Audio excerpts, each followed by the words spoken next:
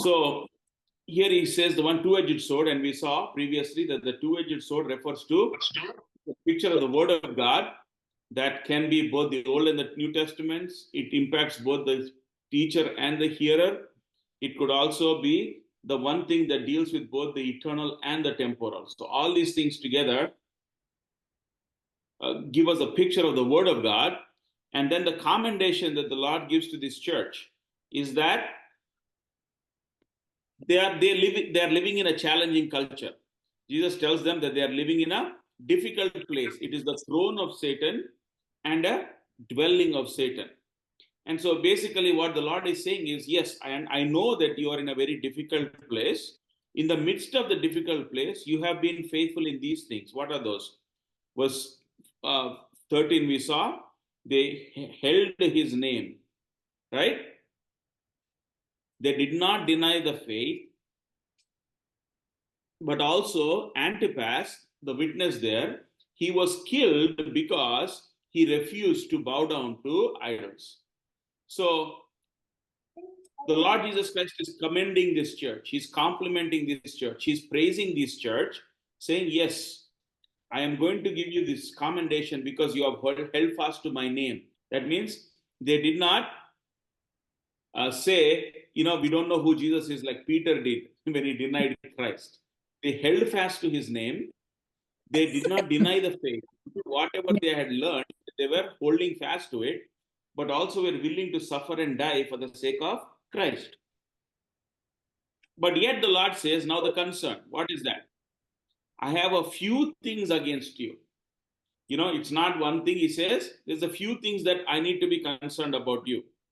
The things he's saying is, first of all, there seems to be as one man of God put it, there's corruption in the membership. In the people of the church, the Lord says there are some who hold on to the teaching of Balaam. So in the church of Pergamum, there were some who were, holding on. They were teaching, and we saw, and we will see a little bit more today, the teaching of Balaam. And what is the teaching of Balaam? The teaching of Balaam is two things: worldliness and immorality. Right? Worldliness and immorality, broadly speaking. We saw that last week in Numbers chapter 21 to 24, where God tells Balaam he cannot go. Balaam was so much in love with the gifts he was going to get from King Balak, he went back and forth, and God got angry with him. God let him go. But ultimately, the influence of Balaam and his teaching was being shown in this church at Pergamum. How, Balaam lived almost, 2,000 years before the church at Pergamum. Okay. Balaam was in the Old Testament. He was in the book of Numbers. 2,000 to 3,000 years before. But yet we see that teaching somehow has still some members in the church of Pergamum who are still holding fast to it. So what was that holding fast to that say? The immorality said, what they said was, yes, we can believe in God, we can hold fast the name of God, we cannot deny the faith, right? But we can also make alliances with the world. Just like Balaam, because of Balaam, the children of Israel began to marry the Moabite women. You see? Right? They began to bring those women into the tribes, which God very particularly said you cannot do. You cannot get married outside the tribe. Why? God's whole plan was to keep the children of Israel pure so that his son would come from the tribe of Judah. That is why even among the children of Israel, it was not permitted to marry between tribes. Although they were one nation, each tribe was called to marry within their own tribe so they would maintain the purity of the tribe. And God had a plan for that. Why? His son should come from the tribe of Judah. If they all married one another, nobody would know which tribe they belong to. No. And that is why we have the genealogy of Jesus Christ. We have the genealogy of Joseph and Mary, to prove that he came from the tribe of Judah. కూడా. Yeah, Prashant. ఇప్పుడు మనం old testament లో ఈ బెన్యామీలు వాళ్ళు వీళ్ళకి యుద్ధం జరుగుద్ది కదన్నా, అప్పుడు వాళ్ళ బెన్యామీల సంఖ్య తగ్గిపోద్ది కదా అవును. న్యాయాధిపతుల్లో మనం చూస్తే. అప్పుడు వాళ్ళు వెళ్ళి బయట వాళ్ళని పెళ్లి చేసుకుంటారు కదన్నా. ఆ, అది అంటే అప్పుడు వాళ్ళు వేరే ట్రైబ్స్ ని పెళ్లి చేసుకున్నట్టు అక్కడ, లేకపోతే ఎలా? వాళ్ళు వెళ్ళి లోకస్తుల్ని చేసుకున్నారు, వేరే ట్రైబ్స్ చేసుకున్నారు. యా, సో అందుకని తర్వాత దేవుడు, if you go to Isaiah and Jeremiah, God will actually prophesy against them punishment. Okay. Because both Dan కూడా అదే ప్రాబ్లం అవుతుంది. దాన్ కూడా ఏం చేస్తా అంటే he begins to worship idols, the tribe of Dan. That is why you won't find the tribe of Dan in the book of Revelation. మనం తర్వాత we'll come ultimately Revelation chapter 11-12, when there is 144,000 Jews that are called. God knew what was going to happen. అందుకనే యోసేపుకి రెండు వస్తాయి, మనస్సే and Ephraim వస్తాయి. Primer మనస. అంటే అక్కడ మరి లివైట్స్ యోసేపు ఒకటి తీసేస్తే అప్పుడు సరిపోతాయి కదన్నా. సరిపోతాయి. అంటే దేవుడు ఏంటంటే ఈ ట్రైబ్స్ లో ఇప్పుడు Genesis 49 లో as what you call Jacob prophesies, right?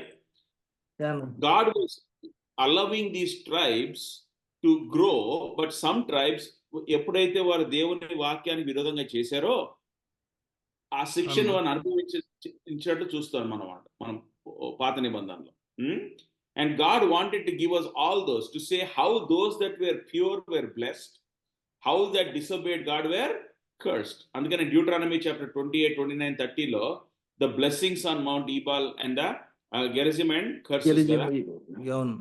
So God will give them that before itself, but if they disobey, you are going to be cursed అంటాడు. అవును. So now coming to verse 14, even after 2,000 years, I mean, what that raises a very important thing for us today. Even as we gather with believers, as we gather as fellow believers in the church of God, we have to be very careful about doctrine. Right? We have to be, what is doctrine? మన కొన్నిసార్లు doctrine అంటే ఆ మాట ఏంటంటే భయం వేస్తుంది కదా. Doctrine is nothing but the truths as presented in the word of God, without twisting them or diminishing them in any way, shape or form. Right? That is why doctrine is important. Andukane early church kuda, Acts chapter 2 verse 42, it says, and they steadfastly continued in the apostles' doctrine. That was number one that the early church focused on.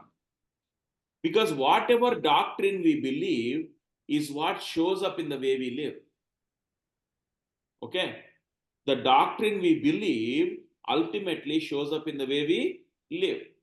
So here, the teaching of Balaam, they said immorality is okay.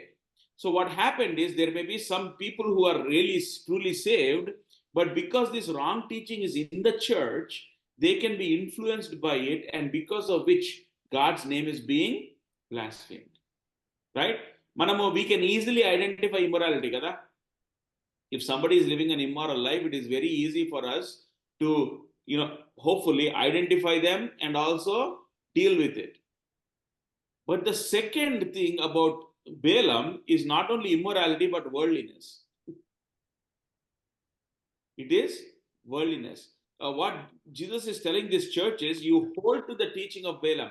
So what was the teaching of Balaam saying? As long as you love God, it doesn't matter if you love the world. You see? Yeah. అంటే sorry to disturb అన్న, అంటే doctor మీద చిన్న question, అంటే చిన్నది కాదన్న. ఇప్పుడు మన బిలీవర్స్ లోనే వి హ్యావ్ డిఫరెంట్ డాక్టరీన్స్ కదన్నా. అంటే ఇప్పుడు so many people believe so many doctrines కదా, but how do we know that this is the correct doctrine అని మనం ఎలా చెప్పగలుగుతాం అన్న? Good question. There are primary doctrines. Okay? They are the fundamental doctrines for the church. Primary doctrines antamad. Primary doctrines means who God is, who Jesus is, who God the Holy Spirit is, the Trinity, the sinless birth, the virgin birth of Christ, his sinless life, his death, burial, resurrection, right? Yeah. And his ascension, that he was God who became man, right? And then the other fundamental doctrine is the word of God, that the word of God is what? Is infallible, that means it will never fail. Never It fail, is yeah. inerrant, that means there is no error in the word of God. It is infallible, means it cannot fail. It is inerrant, that means there is no error in the word of God. Okay, and that is and that God's word is complete, infallible, inerrancy of scripture, and that it is complete. That means there is no more adding to the Bible. Okay. Yeah. For example, you have the Mormons, right? They believe God appeared to Joseph Smith and gave him the Book of Mormon, so they add that to the Bible. Or the Roman Catholics, they have 13 books between the Old and the New Testament. They call it the Apocrypha, which they believe is also inspired. Okay. So fundamental. So that is, and then also the other thing, the other fundamental doctrines are that baptism does not save us. It is only an evidence, right? Yeah. It is testimony. Then the Lord's table, that it is commanded to the church. Okay. And the doctrine of sin, that all men are born sinners, right? And they need a savior. Chappan. ఆ previous ఏంటి ఒకటి baptism తర్వాత చెప్పింది ఒకటి చెప్పారు Lord's కదా. Supper. Lord's Supper, communion. And the doctrine of sin. The doctrine of sin is that all mankind is sinful. There is nobody that is born without sin, right? The only exception to that is Jesus Christ, who was born of a virgin, right?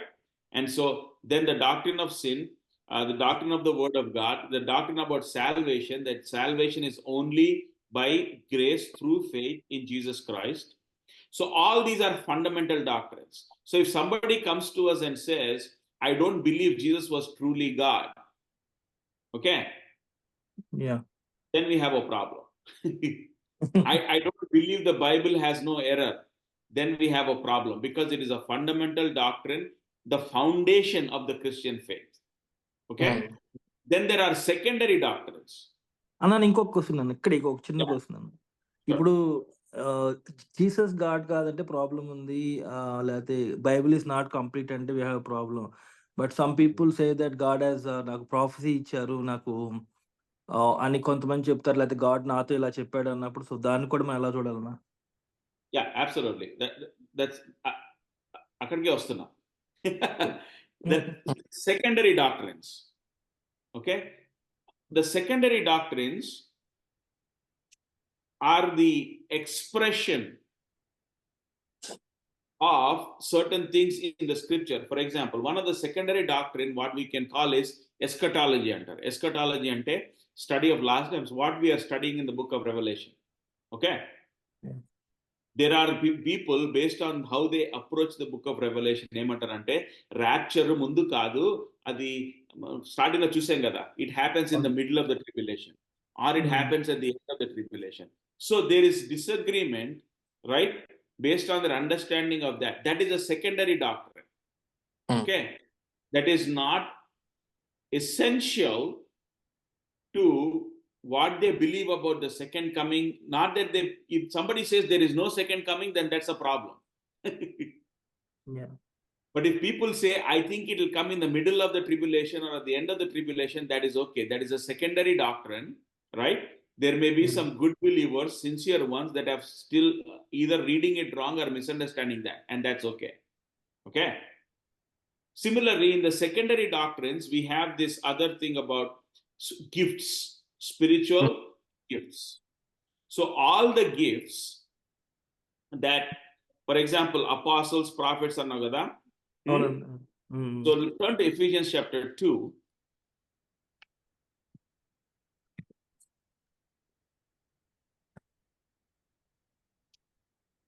Ephesians chapter 2, verse 20. క్రీస్తు యేసే ముఖ్యమైన మూలరాయి ఉండగా అపోస్తులను ప్రవక్తలను వేసిన పునాది మీద మీరు కట్టబడి ఉన్నారు. ఓకే, అపోస్తలులను ప్రవక్తలు వేసిన పునాది మీద. You are built on the foundation of the apostles and prophets. ఇంటికి ఫౌండేషన్ ఎన్నిసార్లు వేస్తాము? స్లాబ్ అయితే మల్టిపుల్ టైమ్స్ వేసుకోవచ్చు కానీ ఫౌండేషన్ అయితే ఒకసారి.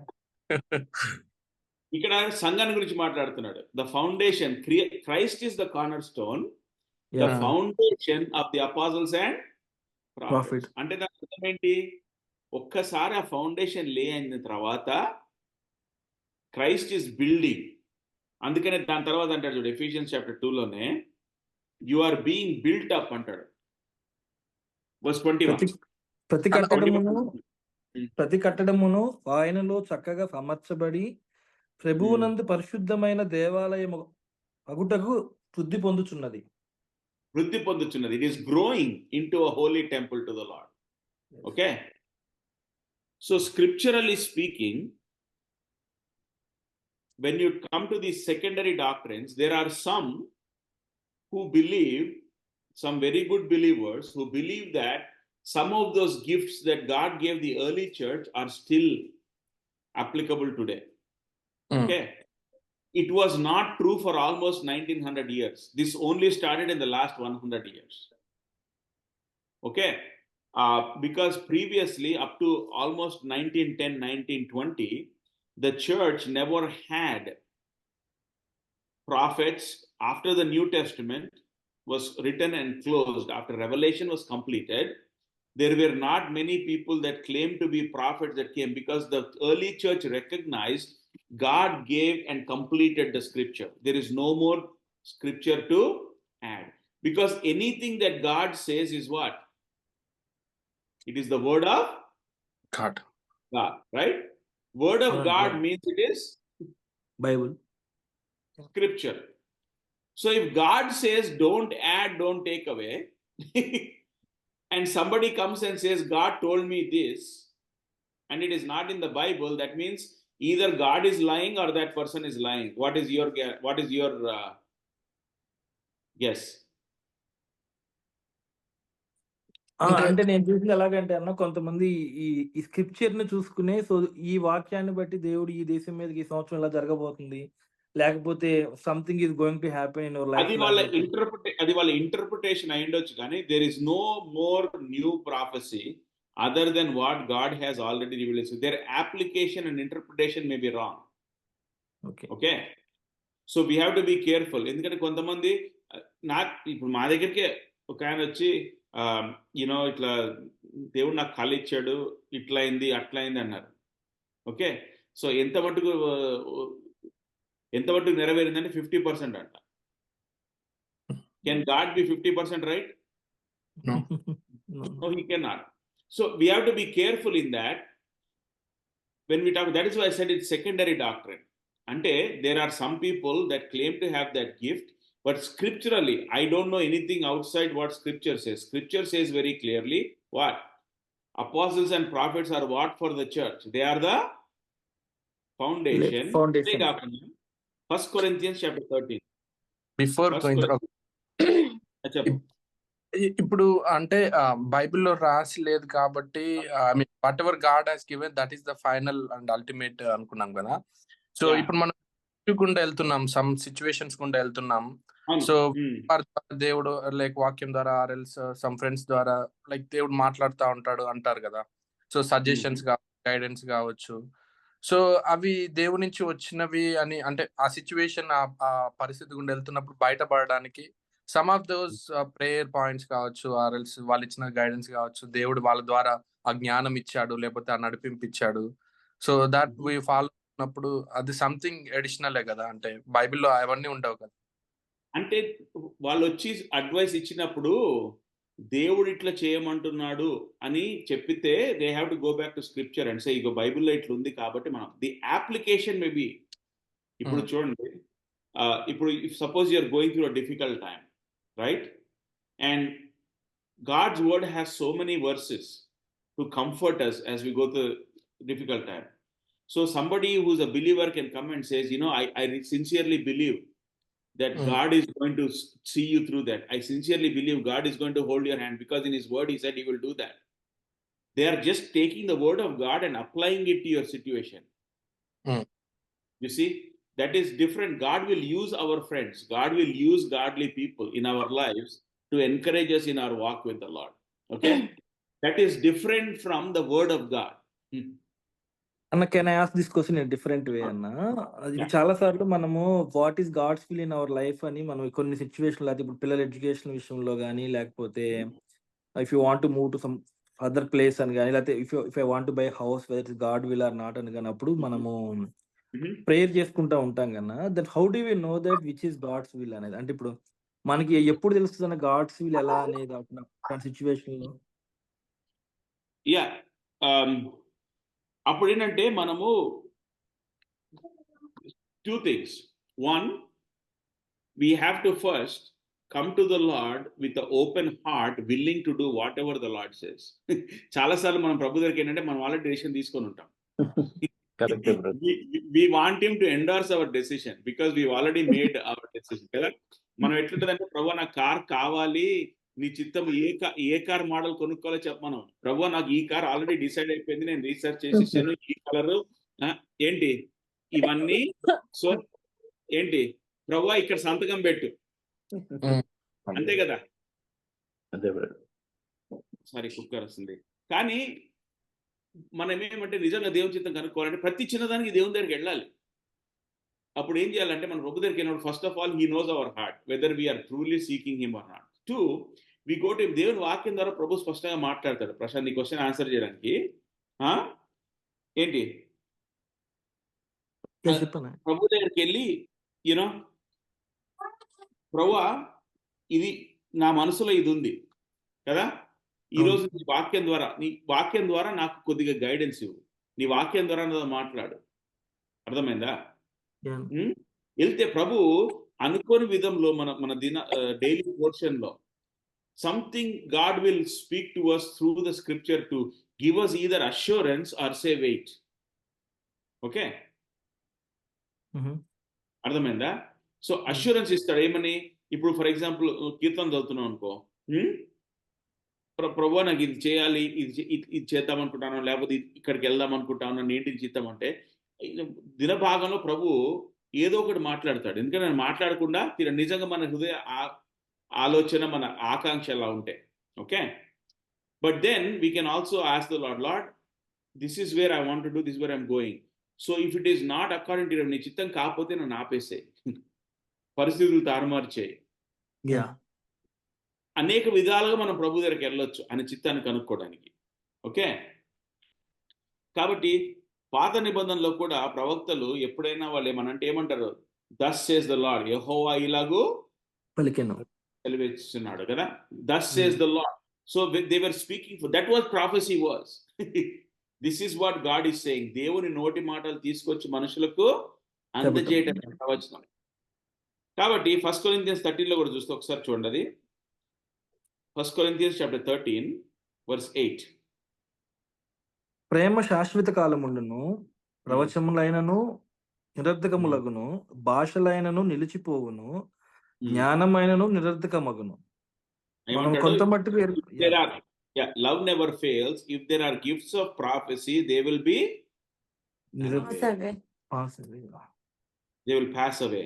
If they are tongues, they will cease. So secondary doctrines lo, ఈ second level doctrines lo, there is room for disagreement. Okay, అర్థమైందా? So the reason I say that is there are some very good believers who still think that God gives the gift of languages or tongues, or that God, still has prophets. Okay, కానీ దేవుని వాక్యానుసారంగా చూస్తే నిజమైన ప్రవక్తలు దేవుడు ఏమన్నాడు, వాళ్ళకు పునాది వేశారు. Right? And if anybody comes and says యెహోవా ఇలాగ సెలవిచ్చుచున్నాడు అంటే ఫస్ట్ క్వశ్చన్ మనం అడగాల్సింది, what is the chapter and verse? ఎందుకంటే దేవుడు చెప్పవలసినంత చెప్పేశాడు, అది దేవుని వాక్యంలో ఉంది. ఇది వాక్యంలో లేదు. ఇంకోటి కూడా మనం జ్ఞాపకం పెట్టుకోవాలి. Please, again this is because we're talking about prophecy. దేవుని వాక్యం అంతట్లో మొదటి నుంచి ఆఖరి దాకా చూస్తే there are very few prophecies directed at individuals. ఒక్కొక్కళ్ళకి అంటే ఒక పర్టిక్యులర్ ఇండివిజువల్ కి డైరెక్ట్ అయిన ప్రాఫెసీస్ చాలా తక్కువ. So, I mean, I don't know, brother. Ante actually, I don't know, for in my sake, like, I don't means I don't know if you call it as a prophecy, but there are things when a man of God pray chesnappudu, like it did come to pass, like everything came to pass, like means my father's death gani, ఇప్పుడు my brother is coming to US, like everything means I means I'm not saying like but means a very means he's not like a big pastor, he's very like a small but the thing is అంటే ఆయన చెప్పింది అంటే ఇప్పుడు మా తమ్ముడు విషయంలో కూడా he was trying to come here on student visa, but he got rejected 3 times, but he చాలా నిరాశతో వెళ్ళి ప్రేయర్ చేసుకుంటే, I mean, after a day of that pastor praying, he said like you are not doing the ante means after praying he said God is saying like this is not the right way you are trying, you're definitely going to US, but you have a different way of going to, means there's a different path to go to US ani cheppar brother. So means after like couple of years means his wife came on J1 visa. Ante means I am means ante chaala mandi there is no prophecy. I mean, I don't know if this is called prophecy or not, but means even my father chanipotam kuda means it came as I mean, so that was also like means when they prayed upon him and they told like he's going to die soon ani. So means what అంటే వాటిని predictions అంటారు.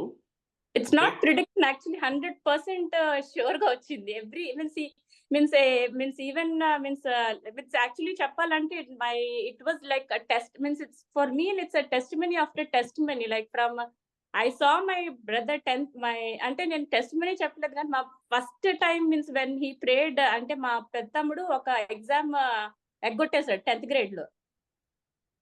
మీకు తెలుసు కదా, అసలు ప్రతి ఒక్కళ్ళ దగ్గరికి వెళ్తే ప్రతి ఒక్కళ్ళు ఏంటి యూనివర్సిటీకి వెళ్ళు ఇన్స్టిట్యూటర్ ప్రతి ఒక్కళ్ళు ఫెయిల్ అయిపోతాడు మీ అబ్బాయి అని చెప్పారు. Then means that means actually he came for revival meetings from Chennai, and then he prayed over my brother and he said he will pass annaru. He didn't say anything. అయినా మేము నమ్మలేదు అసలు. But the thing is అసలు మేము అసలు 3rd class లో చూడటం start చేసాం. పాస్ అవుతే ఏమన్నా 3rd క్లాస్ చూస్తే లేదు నంబరు, 2nd క్లాస్ చూస్తే లేదు, 1st క్లాస్ లో ఉంది ఆ number. I was like it was like the most impossible thing, like everybody ante asalu professors andar దగ్గరికి వెళ్తే కూడా they all said he is going to fail, means but God did like something, means he told like he didn't say anything brother, he just said like means he's going to pass and means I real ga cheppalante first time means we didn't even believe that, because you know our faith is sunna. But I'm telling ante manu expect asla means out of impossible God did something very possible. So means I praise God for that, but I'm not saying like he is means means I know like he as a man of God, you know, means he is fallible too, but the thing is I praise God means through him, like you know something we were so stressed about, depressed about, like means God అంటే ఇప్పుడు అదనే కాదు, lot of things happened in my life which changed my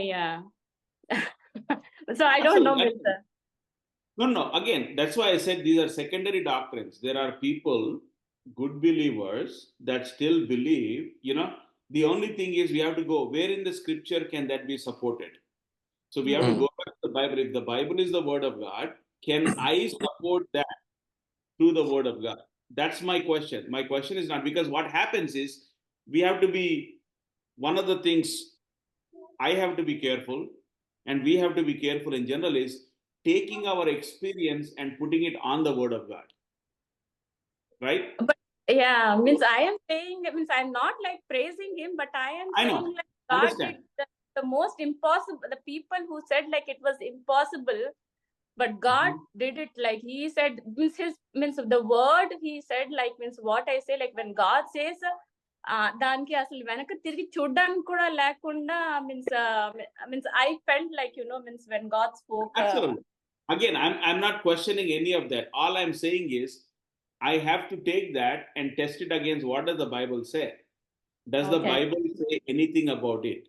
So from the scripture, right, can I defend it from scripture? All I'm saying is from the scriptural perspective, if God says don't add anything, don't take away, God can use circumstances, people, things, and do the impossible things to draw us to himself, to increase our faith. Right? Yeah. ఒక point Yeah.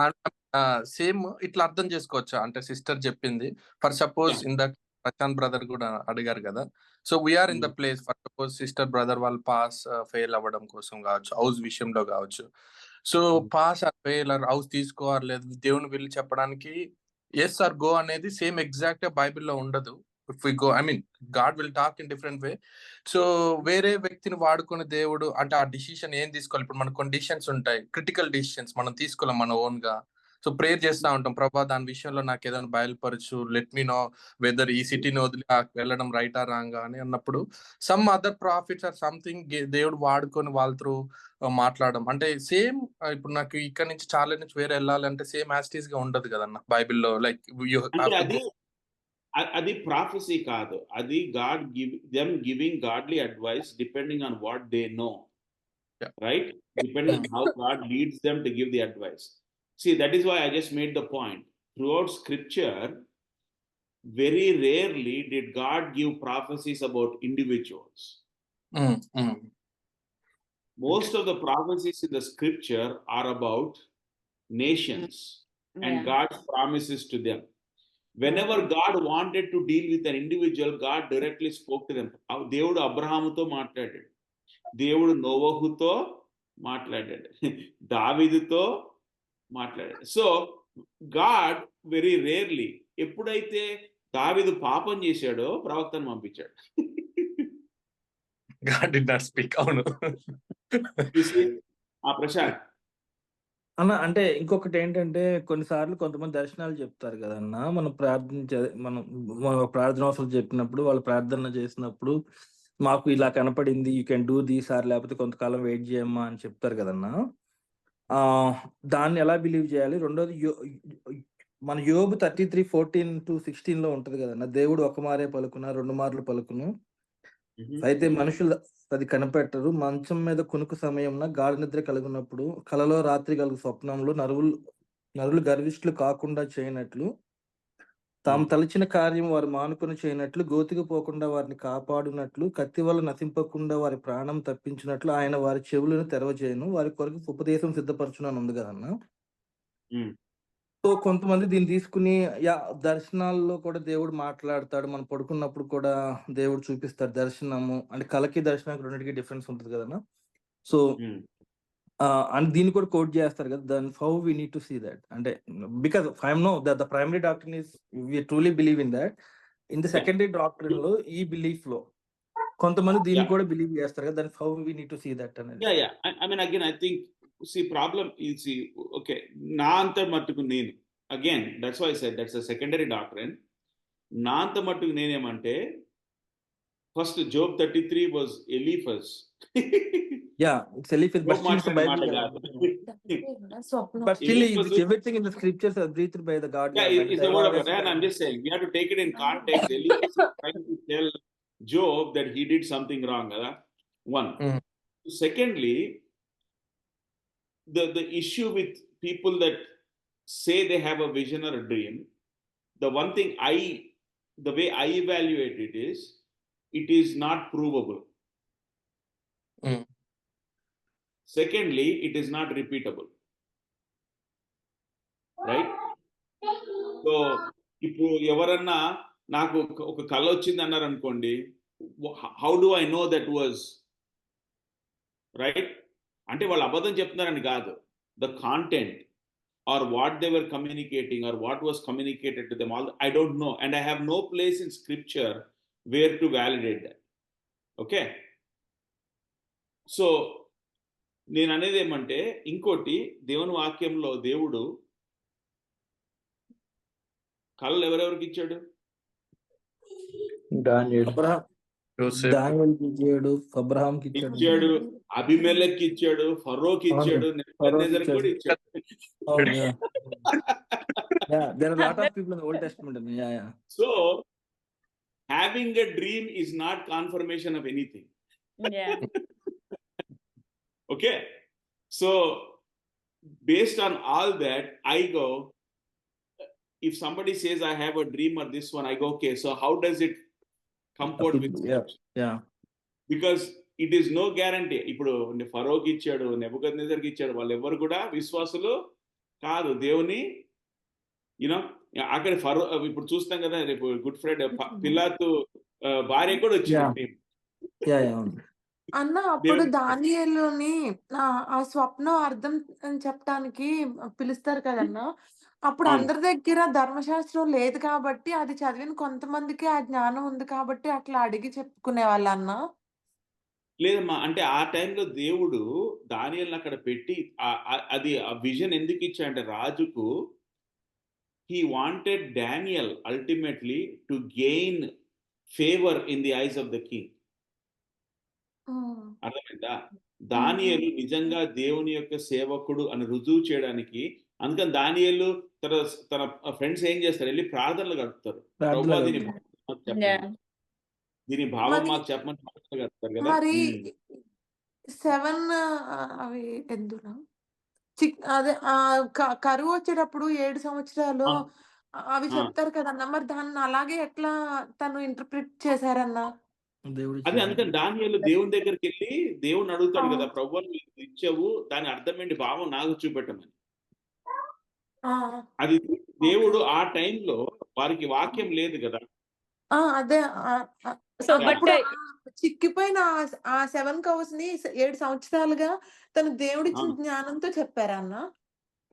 దేవుడి దగ్గర తను వేచి ఉండి, ప్రభువా నువ్వు ఈ యొక్క విజన్ ఇచ్చావు కదా నెబుకద్నెజరుకు, దాని అర్థం ఏంటి అని అడిగితే ప్రభు ఆ యొక్క కళ భావాన్ని దానియేలుకి ఇస్తే అప్పుడు దానియేలు అదే చెప్పాడు. సో దానియేలుకి ఎలాగైనా దర్శనం ద్వారా ఇచ్చారనా, లేకపోతే త్రూ డైరెక్ట్ గా మాట్లాడి ఇచ్చారనా, ఎలా జరిగింది? మనకి దేవుని వాక్యం తెలియదు. It says it just God made known to him. Okay, చూసలేదు అంటారు, God made known to him అంటే, మనం దానియేలుకి వెళ్తే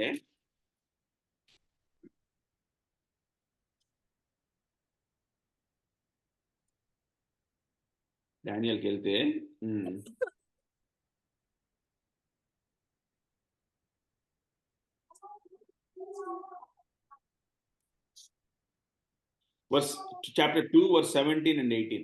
దానియేలు 2వ అధ్యాయము.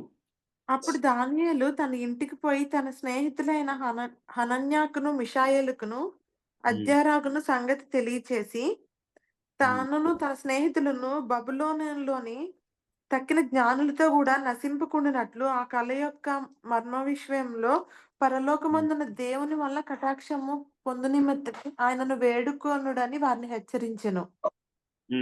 చూసారా? సో దానియేలు కూడా తన యొక్క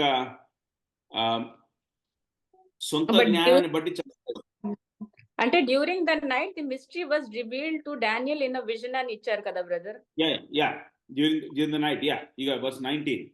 సో దేవుడు దానియేలుకు ఆ యొక్క ఇది, then Daniel went into Arioch, verse 24. Okay, ఇట్లుండగా దానియేలు బబులోని జ్ఞానులను నశింపు చేయుటకు రాజు నియమించిన ఆర్యోకునొద్దకు వెళ్ళి, బబులోని జ్ఞానులను నశింపు చేయవద్దు, నన్ను రాజు సముఖమునకు తోడుకొని పొమ్ము, నేను ఆ కలభావమును రాజునకు తెలియజేసేదనెను. సో చూసారా? సో ఇక్కడ ఏంటి, ఎవరికి వచ్చింది అసలు కళ? Nebuchadnezzar is not a Jewish man.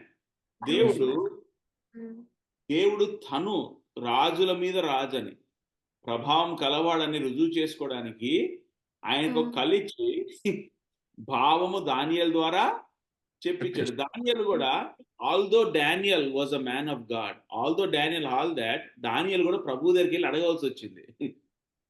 ప్రభా ఈ కలభావాన్ని ఏంటో నాకు చెప్పు. చూసారా, దానియేలు నలుగురు ఫ్రెండ్స్ దగ్గరికి వెళ్ళి ఏం చేశాడంట, వారిని అడిగాడు, let's pray that God will have compassion and reveal. అప్పుడు దేవుడు దానియేలుకు ఆ దర్శన భావాన్ని విజన్లో ఇచ్చాడు. దాని ద్వారా నెబుకద్నెజర్ ఏమంటాడు, now I know that your God is a God of gods. ఆయన పరలోకంలో దేవుడు. That was what God wanted to reveal to Nebuchadnezzar. తర్వాత సేమ్ థింగ్ విత్ డారియస్ కదా.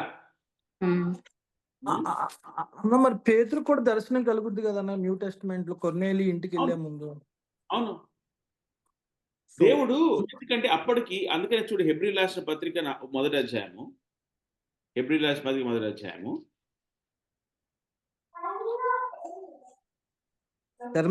10వ అధ్యాయం మొదటి వచనం 1 and 2. 10 హెబ్రీయులకు రాసిన పత్రిక 1 and 2.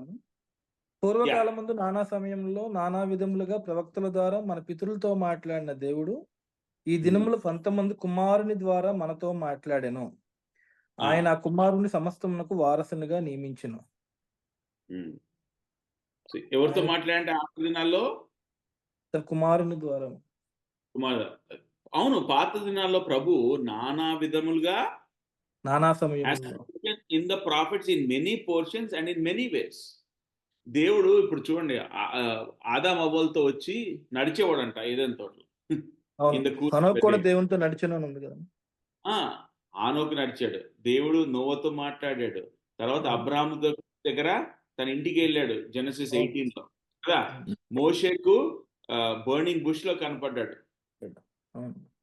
ఇశ్రాయేలు ప్రజలకు మేఘస్తంభముగా అగ్నిస్తంభం కనపడ్డాడు. So God revealed himself and spoke to his people in different times in different ways.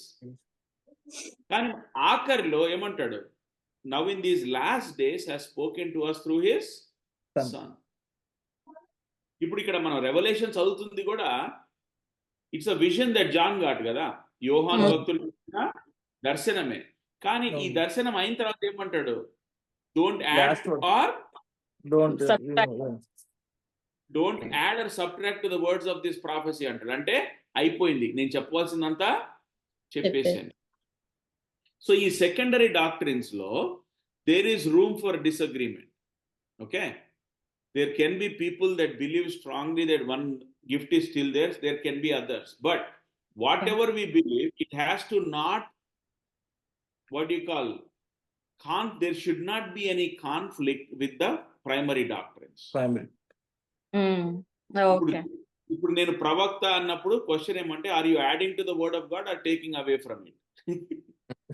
Right, if you are adding or taking away, that means ఇప్పుడు చూడు దేవుడు ఈ వాక్యము, if it is sufficient, if it is everything that God has given. అందుకనే యూదా రాసిన పత్రిక మొదటి అధ్యాయంలో చూడండి మాట్లాడాడు. యూదా రాసిన పత్రిక మొదటి అధ్యాయం verse 3. యూదా ప్రియులారా, మనకందరికీ కలిగడు రక్షణ గురించి మీకు రాయవలనని విశేష ఆసక్తి గలవాడినై ప్రయత్నపడుచుండగా, పరిశుద్ధులకు ఒక్కసారి అప్పగింపబడిన బోధ నిమిత్తము మీరు పోరాడవలన. ఒక్కసారే అప్పగింపబడిన బోధ, పరిశుద్ధులకు ఒక్కసారే అప్పగింపబడిన బోధ. The faith once for all delivered to the saints. అర్థమైందా? ప్రవక్త అన్నప్పుడు వీఆర్ యాడింగ్ ఆర్ అన్నాం కదా. సో రాష్ట్ర పత్రిక కూడా ఇది చదివాము. ఇప్పుడు ఎఫెసియన్ 4:13 క్రీస్తు శరీరం క్షేమాభివృద్ధి చెందాలి, పరిచర్య ధర్మం జరగాలి, పరిశుద్ధులు సంపూర్ణ అగాలి. ఈ 3 యాక్టివిటీ జరగాలంటే ఆయన కొందరిని అపోస్తులుగా, కొందరిని ప్రవక్తలుగా నియమించాడని, ఇంకా సువార్థికులుగా, కాపరులుగా, ఉపదేశకులుగా నియమించాను. ఇప్పుడు పరిచయ ధర్మం జరగాలి, క్రీస్తు శరీరము సంఘము క్షేమాభివృద్ధి చెందాలి, పరిశుద్ధులు సంపూర్ణులు అగాలి అంటే ప్రవక్తలు కూడా ఒక పార్ట్ గా దేవుడు ఎన్నుకున్నాడు కదా. అంటే ఐ మీన్ వాళ్ళ పోర్షన్ కూడా ఇందాక చెప్పినట్టు అపోస్తులు, ప్రవక్తలు అయిపోయింది కదా. 2:20 అదే అంటాడు కదా, వారు సంఘం యొక్క పునాది. Okay. They were the foundation అంటే ఇప్పుడు చూడు, మన కొత్త నిబంధన చూస్తే after the 4 Gospels, majority of the New Testament is written by apostles. Apostle Paulu, Apostle Petru, Apostle Johann. Right? That is the foundation. And the prophets అంటే ఏంటి? ఇప్పుడు in one sense ప్రకటన రాసింది కూడా అపోస్తలుడైన యోహాను, he was a prophet because he was writing prophecy. So అది foundation అన్నమాట. సో దేవుడు ఏమన్నాడు, ఎందుకంటే ఎఫెసీయులు రాసినప్పటికీ ఇంకా ప్రకటన రాలేదు కదా, 30 years later. So he's saying there is still that foundation. He gave them as gifts to the church. Apostles and prophets are the foundation. In order to remaining structure build అవ్వడానికి he is given pastors, teachers and evangelists. ఇప్పుడు అంటే church ఉందన్న, current generation లో ఇప్పుడు మనకు church ఉంది. ఈ church లో పరిచర్య ధర్మం జరగాలి, పరిశుద్ధులు సమగాలి, క్రీస్తు శరీరం క్షేమాభివృద్ధి చెందాలి అంటే వీళ్ళు అవసరం, అంటే ఎవరు అవసరం? ఇప్పుడు మనకి ఓన్లీ ఎల్డర్స్, డీకన్స్ సరిపోతారా? ఈ 5 కేటగిరీస్ అవసరం? Pastor, teachers. అందుకని పాస్టర్ టీచర్స్ అంటారు కదా, వాళ్ళే ప్రభు సంఘ కాపరులను సంఘానికి ఇచ్చాడు. వారు they are building on the foundation that the apostles and the prophets have already laid. ఏదైతే ఆ ఫౌండేషన్ లే అయిందో దాని మీద వాళ్ళు కడుతున్నారే తప్ప వారు ఇంకో కొత్త ఫౌండేషన్ వేయడానికి లేదు. సో ఇంకొకటి 9 gifts ఆఫ్ హోలీ స్పిరిట్, అది కూడా సెకండరీ డాక్ట్రిన్ కిందకి వస్తుంది అనుకున్నాం కదా. సో అక్కడ చదివితే పంచ్ ఇచ్చు అంటే ఇచ్చేసాడు అని లేదు కదా. నేను అది చదువుతా ఉంటే నాకు డౌట్ వచ్చింది. అక్కడ clarity. First Corinthians 11th verse లో ఫస్ట్ 4 నుంచి 11 వరకు ఆల్ ద 9 gifts గురించి ఎక్స్ప్లెనేషన్ ఉంటది. ఆ తర్వాత 11th verse లో ఇట్లా ఉంటది, అయినను వీటినన్నిటినీ ఆ ఆత్మ యొక్కడే తన చిత్తం ప్రత్యేకంగా పంచి ఇచ్చుచు కార్యసిద్ధి కలగజేయుచున్నాడు. అంటే మనం ఈ 9 gifts స్టిల్ టు డేట్ కూడా పరిశుద్ధాత్మ దేవుడు ఇచ్చుచు ఉన్నాడు, అంటే ఇచ్చేసాడు అయిపోయిందని చెప్పలేదు కదా, పంచి ఇచ్చుచు ఉన్నాడు. 12 లో హీస్ డిస్ట్రిబ్యూటింగ్ అన్నాడు కదా. 13 ఇందా చదివాం కదా, ఏమని ఉంటది వర్స్ 8 లో, whether prophecy it will be done away, gifts of tongues they will cease. అన్నమాట. అయితే అంటే I don't want name anyone, but కొన్ని చర్చెస్ లో ఇప్పుడు కూడా టంగ్స్ లేకపోతే we don't have holy spirit అంటారు కదా. అవును, అది again will come to it because that is a misunderstanding of misreading of scripture. Okay, ఎందుకంటే ఇప్పుడు తను మన విజయ్ చదివిన వర్ష ఏమంటాడు, ఎవరిస్తారంట అది? పరిశుద్ధాత్మ. He is the one that will distribute as he wills. Whether it be gift of ఇప్పుడు చూడండి వర్స్ 4 ఏమంటాడు, they are varieties of gifts but the same spirit. 1 Corinthians 12:4, varieties of ministries same Lord. But verse 7, but to each one is given the manifestation of the spirit for the common good. అందరికి అదే gifting ప్రభు ఇస్తాడని చెప్పలేదు కదా అక్కడ. So వాళ్ళ misunderstanding ని బట్టి వాళ్ళు ఏమంటారంటే ఆత్మ లేకపోతే భాషలో మాట్లాడారంటారు, కానీ అది is fundamentally it goes down to the misunderstanding about what that gift is. అది it is a gift of languages. ఎందుకంటే అపోస్తల కార్యం 2వ అధ్యాయంలో ప్రతి ఒక్కరు వారి వారి భాషలో విన్నారంట. That was the origin of the gift of tongues. It was not something that people could not understand. Whatever was spoken was understood by somebody. But that got misunderstood and confusion వచ్చేసింది. అందుకని అన్నా కదా, it was not there about 100 years ago. It has only come into force the last 100 years. ఎందుకంటే people misunderstood what the Bible was saying there. తర్వాత ఏమంటారంటే the other confusion it comes verse chapter 13 లో,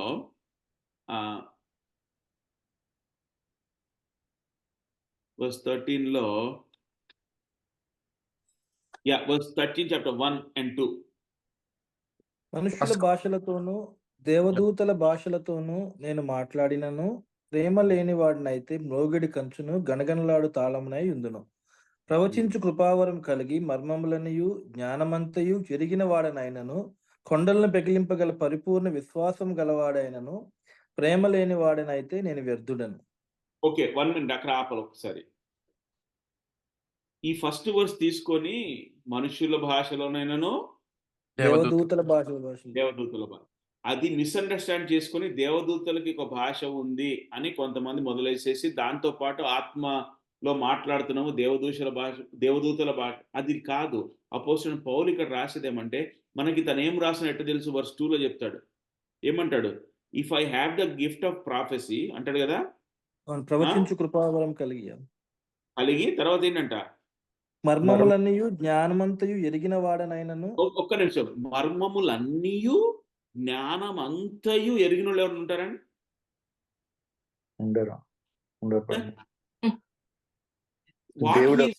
Here in chapter 13 లో first 3 verses లో he is using what literature calls exaggeration.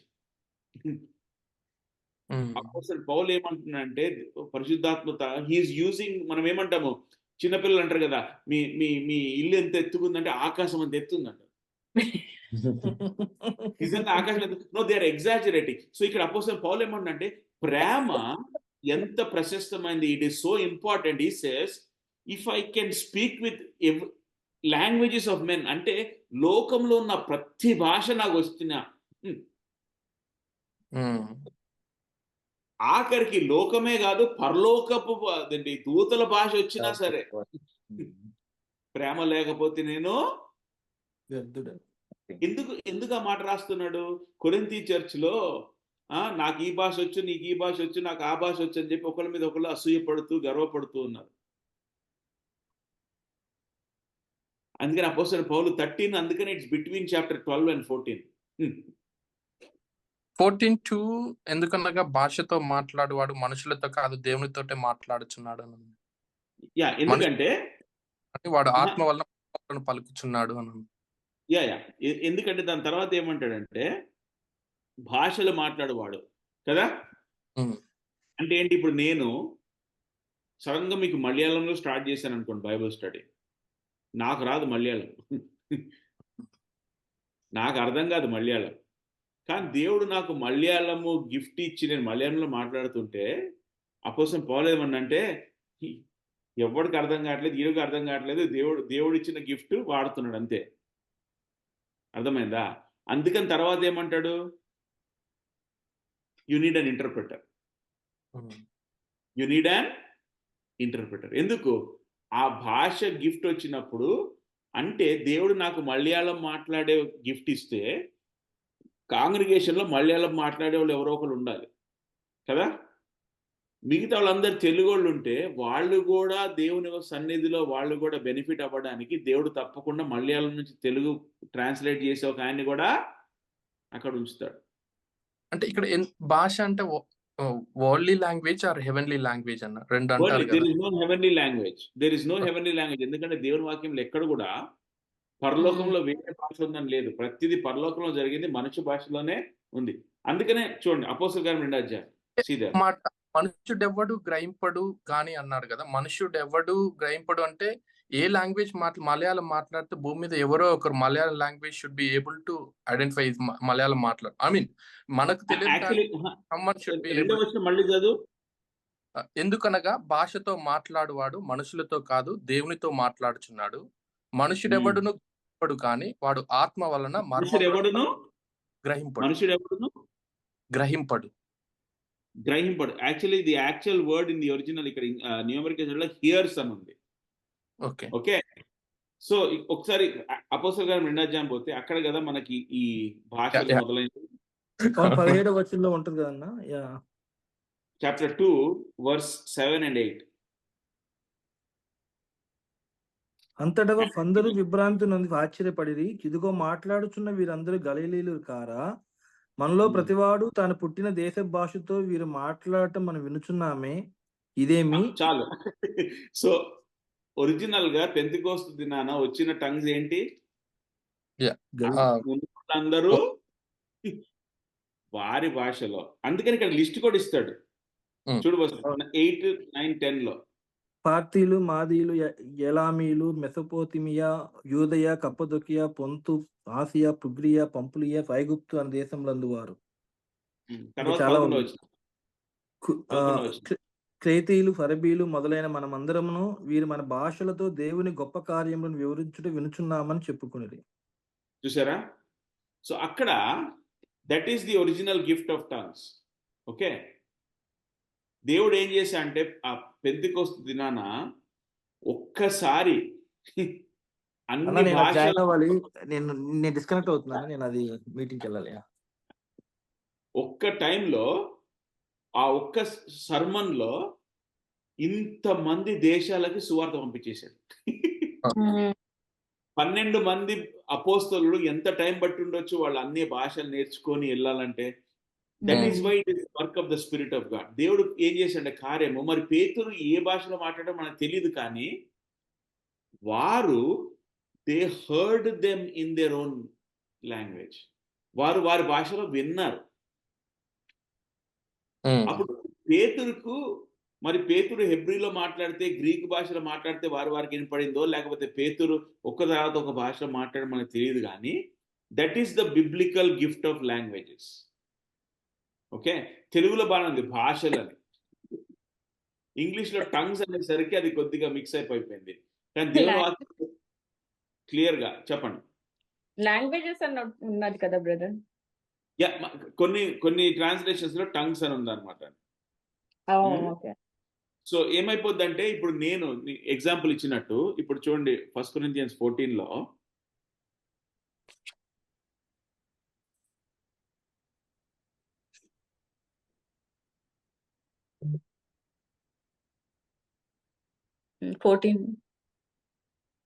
verse 10 and 11.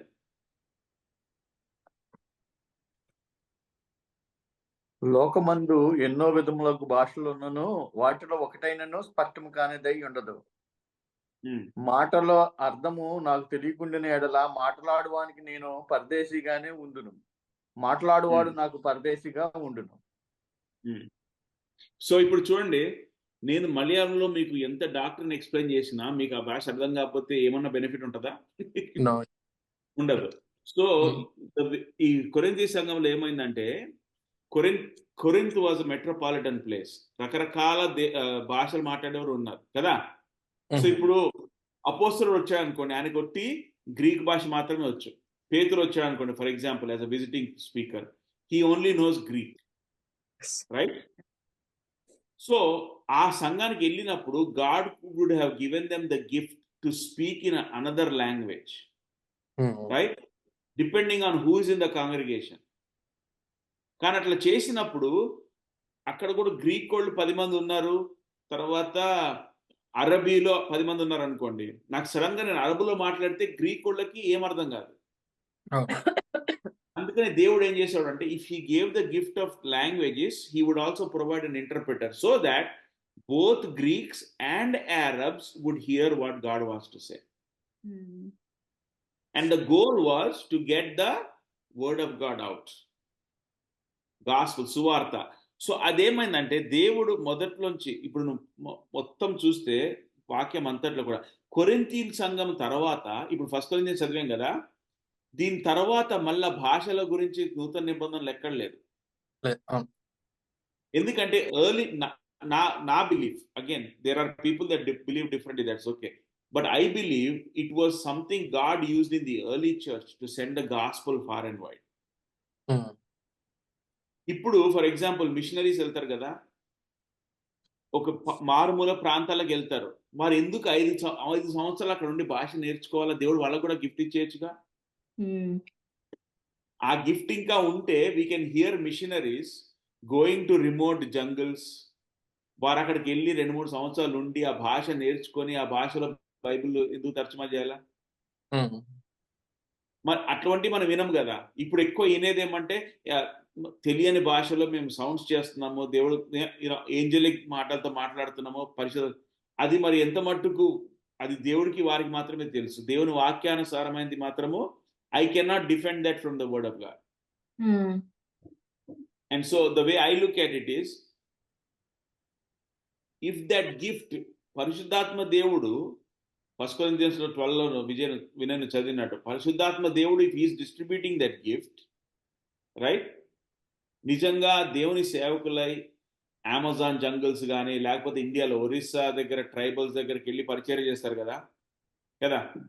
మరి పరిశుద్ధాత్మ దేవుడు ఇంకా ఆ గిఫ్ట్ ఒకవేళ ఉండుంటే వాళ్ళు ఎవరో ఒకరు వచ్చి మనకు సాక్ష్యం చెప్పేవాళ్ళు కదా, నేను అసలు వెళ్ళాను అక్కడికి, వెళ్ళగానే దేవుడు నాకు ఆ భాష ఇచ్చేసాడు, నేను ఆ భాషలో మాట్లాడేశాను, వాళ్ళు ఎంతమంది రక్షణ పొందారని చెప్పాలి కదా.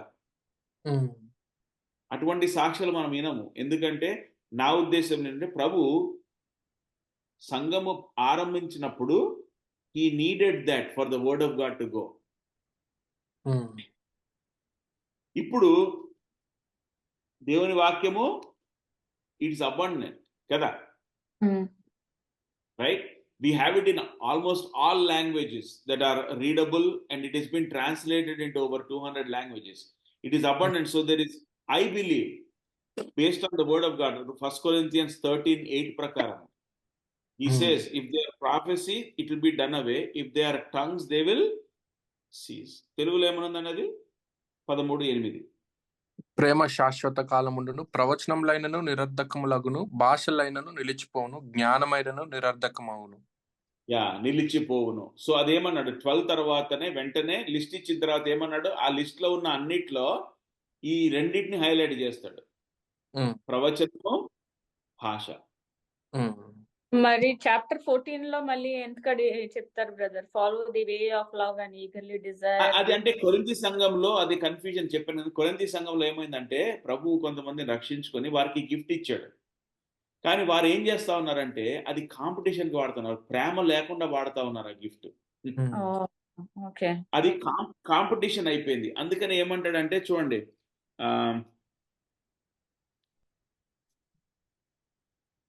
ఇంకొకటి కూడా చెప్తాను, 1 minute, verse 22 చూడండి, 1 Corinthians 14:22. కాబట్టి భాషలు విశ్వాసులకు కాదు అవిశ్వాసులకే సూచకమై ఉన్నవి, ప్రవచించుట అవిశ్వాసులకు కాదు విశ్వాసులకే సూచకమై ఉన్నది. అక్కడే చెప్తాడు భాషలు ఎవరికంట, it is a sign for, ఎందుకంటే నేను చెప్పాను కదా అది సువార్త ప్రకటించడానికి ప్రభు వాడుకున్నాడు, అది అన్బిలీవర్స్.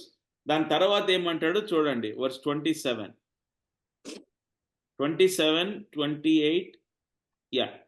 భాషతో ఎవడైనాను మాట్లాడితే ఇద్దరు అవసరమైన ఎడల ముగ్గురికి మించకుండా వంతుల చొప్పున మాట్లాడవలెను, ఒకడు అర్థము చెప్పవలెను. అర్థము చెప్పువాడు లేని ఎడల అతడు సంఘములో మౌనంగా ఉండవలను గాని తనతోను దేవునితోనూ మాట్లాడుకునవచ్చును. ప్రవక్తలు 2-3 మాట్లాడవచ్చును, తక్కిన వారు వివేచింపవలెను. అయితే కూర్చున్న మరి ఒకనికి ఏదైనాను బయలుపరచబడిన ఎడల మొదటివాడు మౌనంగా ఉండవలెను. అందరూ నేర్చుకున్నట్లును అందరూ హెచ్చరిక పొందినట్లును మీరందరూ ఒకరి తర్వాత ఒకడు ప్రవచించవచ్చును. చాలు. అది ఎందుకు చెప్తా ఉన్నాడంటే కొరింథీ సంఘంలో ఇది పెద్ద కన్ఫ్యూజన్ అయిపోయింది. వారు నిజంగా ఒకరికొకరు పరిచర్య చేయకుండా ఏంటి ఈ కాంపిటీషన్ ఎక్కువ అన్నమాట. నేను భాషలో మాట్లాడతాను, నేను ప్రవచిస్తానని. అయితే అపోస్తలుడైన పౌలు ఏమంటాడు, టైం అవుట్, ఇది ఇష్టం వచ్చినట్టు చేయడానికి కాదు, ఏంటి 40వ వచనంలో సమ్మరైజ్ చేస్తాడు, let all things be done decently and in orderly manner. So దాని తర్వాత అందుకనే మనకు నా బిలీఫ్ ఏమంటే ఈ కొరింథీ సంఘం స్థాపింపబడిన తర్వాత ఏంటి, by that time the gospel had gone out in all these languages. యెరూషలేము, యూదయ, సమరయ ప్రాంతం అంతా కూడా సువార్త వ్యాపించేసింది. తర్వాత అపోస్తలుడైన పౌలు ఆయన లెటర్స్ రాశాడు కదా, ఈ లెటర్స్ రాసినప్పుడు దేవుని వాక్యం రాయబడింది. కాబట్టి దాని తర్వాత ఏమైపోయింది, దేవుడు అందుకనే ఇంకా ఈ 1 Corinthians 14 తర్వాత ఇంకా మనకి భాషల గురించి కానీ ప్రవచనం గురించి కానీ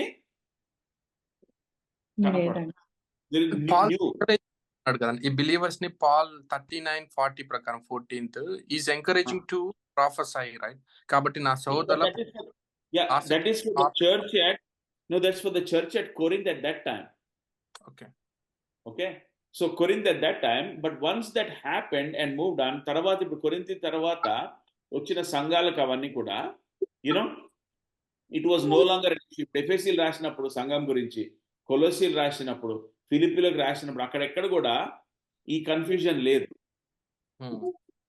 ఎందుకంటే I believe by that time opposite already they will seize అన్నాడు కదా ప్రభు.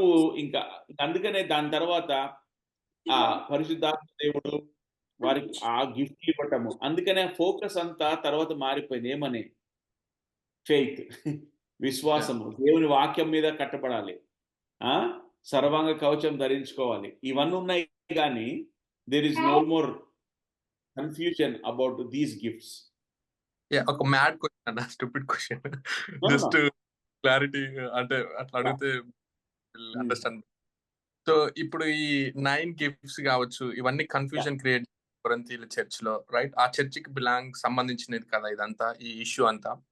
సో ఇది స్టార్ట్ చేయడం వల్ల, బైబిల్లో పెట్టడం వల్ల, still to date we are reading it and మనం కన్ఫ్యూజ్ అయిపోతున్నాం. Different churches, I mean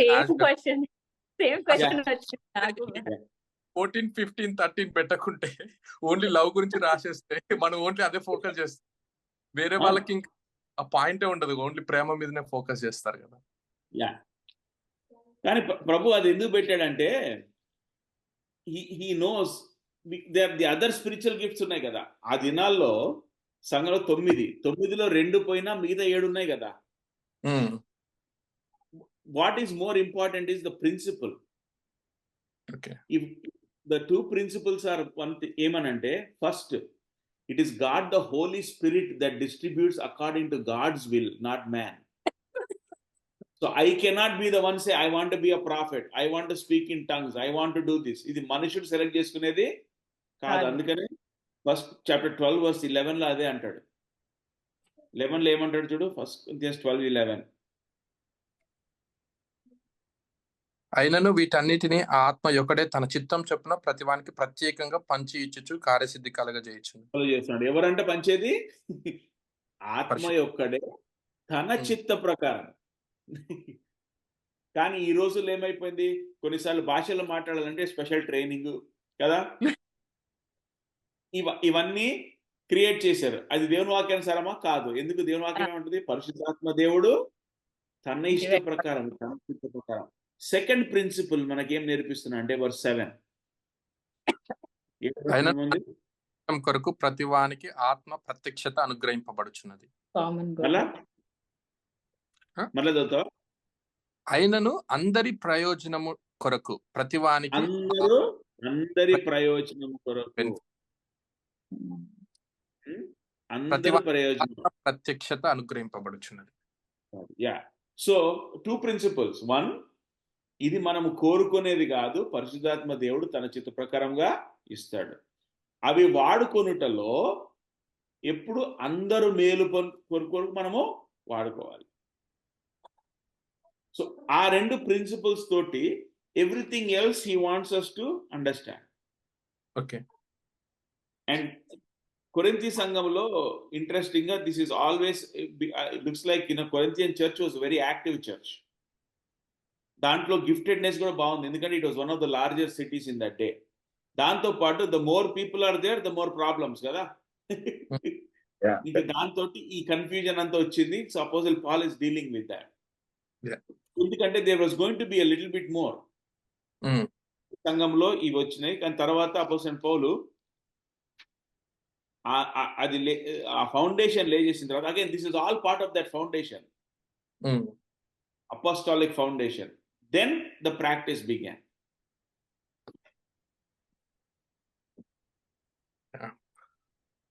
Again, నేను ఎప్పుడు ఈ సెకండరీ డాక్ట్రిన్స్ గురించి మాట్లాడినప్పుడు I say on the secondary doctrines there are good believers that may believe differently, right? It is a misunderstanding of the scripture or whatever. That does not mean they are any less believers or whatever. But when their belief crosses into where it undermines the fundamental doctrines, that's where we have to draw the line. Okay? ఇప్పుడు ఎవరన్నా వచ్చి ఇట్లా దేవుడు నాకు ఇది చెప్పాడు కాబట్టి ఇది దేవుడే చెప్పాడు అంటే క్వశ్చన్ ఏమంటే, ఓకే, ఎక్కడ ఉంది బైబిల్లో? ఎందుకంటే దేవుడు బైబిల్ బయట కూడా మాట్లాడతాడా? If that becomes the word of God, then God says don't add or don't take away. So how do we square that? Is God's word sufficient? Right? So our questions are, then we have to evaluate.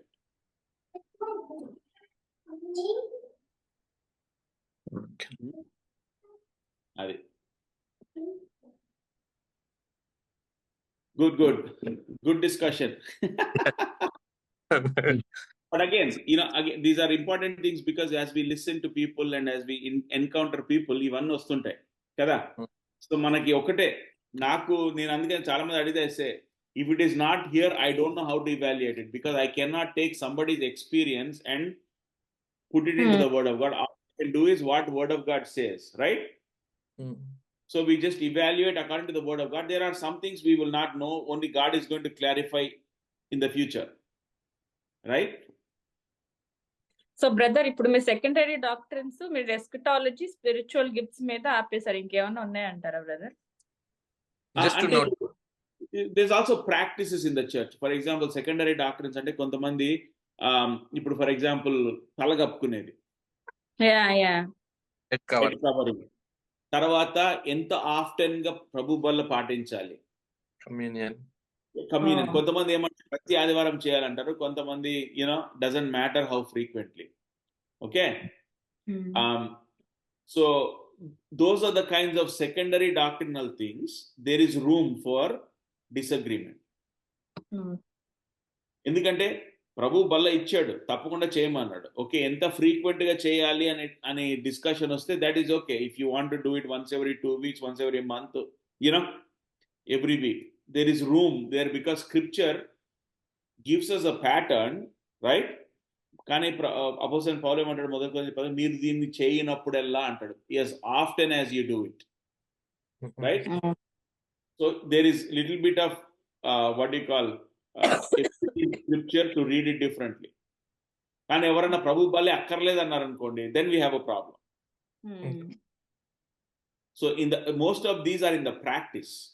Secondary doctrines have to do with the practice. For example, the other thing, కొంతమంది మనం ఇదివరకు ఒకసారి చూసాము, meet తినొచ్చా లేదా, meet తినొచ్చా లేదా, ఈ దినం ఆచరించొచ్చా లేదా, all these are secondary preferential issues that are not clearly, కానీ we have to be careful first to evaluate them on basis of, do they undermine any fundamental doctrine? Okay. If they don't, then people are free, there is a little bit leeway, and it's okay for people to believe something differently. Ultimately, God will make it clear. So ఇప్పుడు brother, just last question, అంటే ఇప్పుడు చాలా ఏంటంటే once saved or always saved అని, I started hearing recently. I'm trying to understand what is it about. అంటే ఇప్పుడు if you are saved, you are fine to live the way you are living. How do you define saved? Again, it goes back to that fundamental. ఎందుకంటే words have meaning and definition. Yes, అదేమైపోయిందంటే one saved always saved అనేది it became Christian phrase that is in one sense true, but in the other sense it has been misused. అదే నేను if you are saved, you are transformed for అంటే I am just I'm just like once saved అంటే at least you have a transformation. అంటే కొన్ని విషయాల్లో I don't know it's okay. I add the word truly. I usually say once truly saved, always saved. In the sense that what happens is, this is about the doctrine of salvation. ఎందుకంటే there is actually the Church of the Nazarenes ఉన్నారు చూడండి, వాళ్ళే కాకుండా ఇంకా కొంతమంది denominations ఉన్నారు. They believe you can lose your salvation. రక్షణ పొందొచ్చు కానీ పోగొట్టుకోవచ్చు. ఓకే, మొదటి వారు కడపటి వారగుదురు, కడపటి వారు మొదటి వారగుదురు అని మన బైబిల్ వాక్యం ఉంది. కానీ అంటే ఇది రక్షణలో ఏమంటారంటే, రక్షణ కాపాడుకోకపోతే అది పోగొట్టుకోవచ్చు. దట్ మీన్స్ ఒకసారి రక్షింపబడొచ్చు కానీ రక్షింపబడిన తర్వాత కూడా నువ్వు సరిగ్గా చేయకపోతే మరి నరకానికి వెళ్ళిపోతావు. So that means you always constantly are not sure whether you are truly saved or not, because you can lose your salvation. అది దేవుని వాక్యానికి సారమైనది కాదు. దాని నుంచి వచ్చింది ఆ phrase one saved always saved అని. అంటే మారుమనసు పొందావా అయితే ఇంకా నువ్వు పరలోకానికి వెళ్ళిపోతావు. అదేమైందంటే that came from a good place, but it has been misunderstood. Because నేను అందుకని అడిగాను question, what do you mean by saved అని. ఎందుకంటే నిజంగా రక్షణ పొందిన వాళ్ళు ఎవరంటే నిజమైన సువార్తను విని పశ్చాత్తాప పొందిన వాళ్ళే నిజంగా రక్షణ పొందిన వాళ్ళు. అంటే ఒక క్వశ్చన్ అన్న, I mean, it's a very big topic, but ఒక point there are so many references coming into mind. One ఏంటంటే wise men foolish, బుద్ధిగల కన్యకలు బుద్ధికి లేని కన్యకలు కాన్సెప్ట్ లో 5 సిద్ధపడి లేకపోతే అంటే దే ఆర్ సేవ్, బట్ సిద్ధంగా లేకపోయేసరికి దేవుడు వచ్చేసరికి ఈ 5 ఎత్తబడ్డారు, మిగతా వాళ్ళు వదిలేయబడ్డారు కదా. అంటే వెన్ ద టైమ్ కమ్స్ దేవుడు వచ్చేసరికి సిద్ధంగా లేకపోతే రక్షించబడి ఆ రక్షణను సిద్ధంగా లేకుండా లోకంలో కలిసిపోయి ఉంటే వాళ్ళు విడవబడతారు కదా. అది ఇంట్రెస్టింగ్ క్వశ్చన్ అడిగావు కదా. So let's turn there for a minute. Matthew 25. Matthew 25.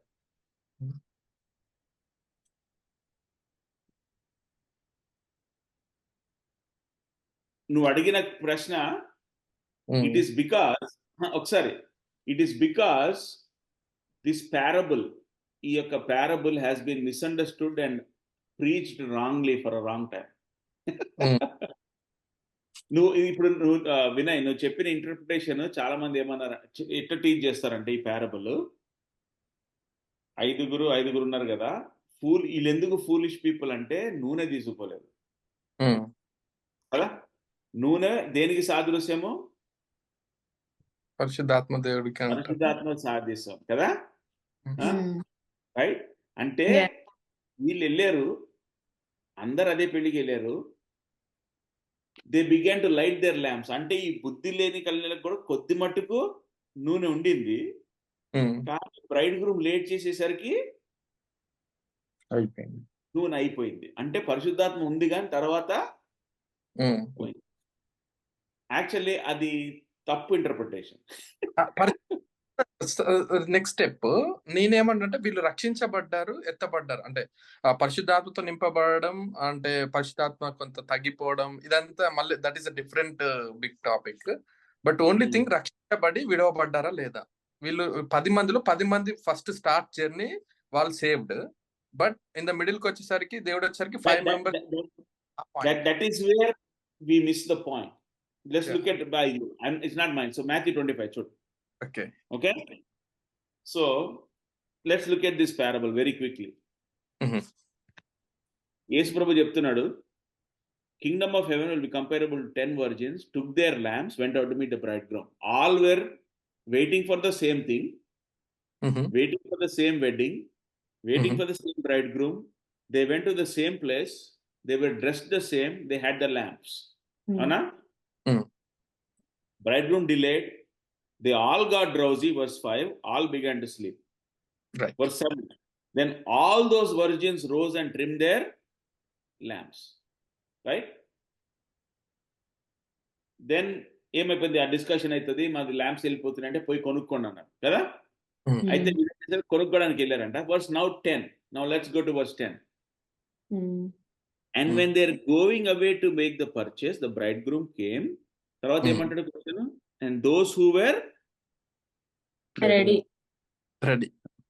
ready went in and the door was closed. So చాలా మంది దాని మీద ఫోకస్ చేసి ఏమంటారంటే, చూడు సిద్ధముగా లేని వారు విడిచిపెట్టబడ్డారు కదా. అది కాదు, యేసు ప్రభు ఏం చెప్తాడు చూడండి, నెక్స్ట్ వర్స్ 11 and 12 లో. అక్కడ తలుపు వేయబడును, ఆ తర్వాత తక్కిన కన్యకలు వచ్చి అయ్యా అయ్యా మాకు తలుపు తీయమని అడుగుగా అతడు మేము నెరుగునని మీతో నిత్యంగా చెప్పుచున్నానని. యా, చూసారా? వర్స్ 12 ఏమంటాడు? Truly I say unto you, ఏంటది? Don't know you. అంటే వారు రక్షణ పొందిన వాళ్ళ బ్రైడ్ గ్రూమ్ ఎవరు? యేసుక్రీస్తు. యేసుక్రీస్తు. ఆయన ఏమన్నాడు? నేను నిన్ను ఎరుగను. అసలు వాళ్ళు ఫస్ట్ వాళ్ళు కాదు. Means like from the beginning only they అంటే సో ఏమంటే ఇది, this is who I was talking about. People that from the outside look like they are saved. They are okay. wearing the clothes of the virgins. They are waiting for the bridegroom. They are having the lamp. From the outside, they look like they are all waiting for the same thing, but the most important criteria, అక్కడ braid groom ఎక్కడ పోయారు మీరు, టైంకి రాలేదు, మీరు రెడీగా లేదు అనలేదు. What was the answer? నేను ఎరుగున్నాను. I do not know you. I do not know you. So the question is, యేసు ప్రభువు గారు ఎందుకు చెప్తున్నా అంటే, లోకంలో ఇటువంటి డిసెప్షన్ ఉంటది. అందుకనే వన్ సేవ్డ్ ఆల్వేస్ సేవ్డ్ లో the people that don't fit into that are from the outside. They just said a prayer or they just wanted to escape hell. అంతేగాని నిజమైన పశ్చాత్తాపంతో పాపం విషయమై పశ్చాత్తాపడి నిజమైన మారుమనసు లేదు. అంటే డిసీవ్డ్. వారు మోసపోయి ఏమనుకుంటున్నారు, నేను ఈ ప్రార్థన చేస్తే పరలోకానికి వెళ్ళిపోతాను, కానీ నేను ఈ జీవితంలో ఎట్లా జీవించినా, ఈ లోకంలో ఎట్లా జీవించినా పర్వాలేదు, వితౌట్ కాన్సిక్వెన్స్ అనుకొని they are deceived into thinking. అందుకని అదే సేమ్ కాన్సెప్ట్ 7-8లో అప్పుడు ఆ కన్యకలందరూ లేచి తమ డ్యూటీలను చక్కపరిచిరి, కానీ బుద్ధి లేని ఆ కన్యక, ఈ 5 మెంబర్స్ ఎవరైతే దేవుడు తెలియదు అని చెప్పాడో, బుద్ధి లేని ఆ కన్యకలు డ్యూటీలు ఆరిపోచున్నవి గనుక మీ నూనెలో కొంచెం మాకియుడి. అంటే ఆరిపోచునే అంతకుముందు వెలిగే దీపాలే కదండి. ఈ 10 to 10 అందరూ వెలిగించబడ్డారు. పడ్డారు అని వారు ఫ్రమ్ ది అవుట్ సైడ్ మనకి కనపడే, ఇప్పుడు నీవు నేను బయట నుంచున్నాం అనుకో, పెళ్లి బయట, we cannot tell the difference between the foolish and the wise.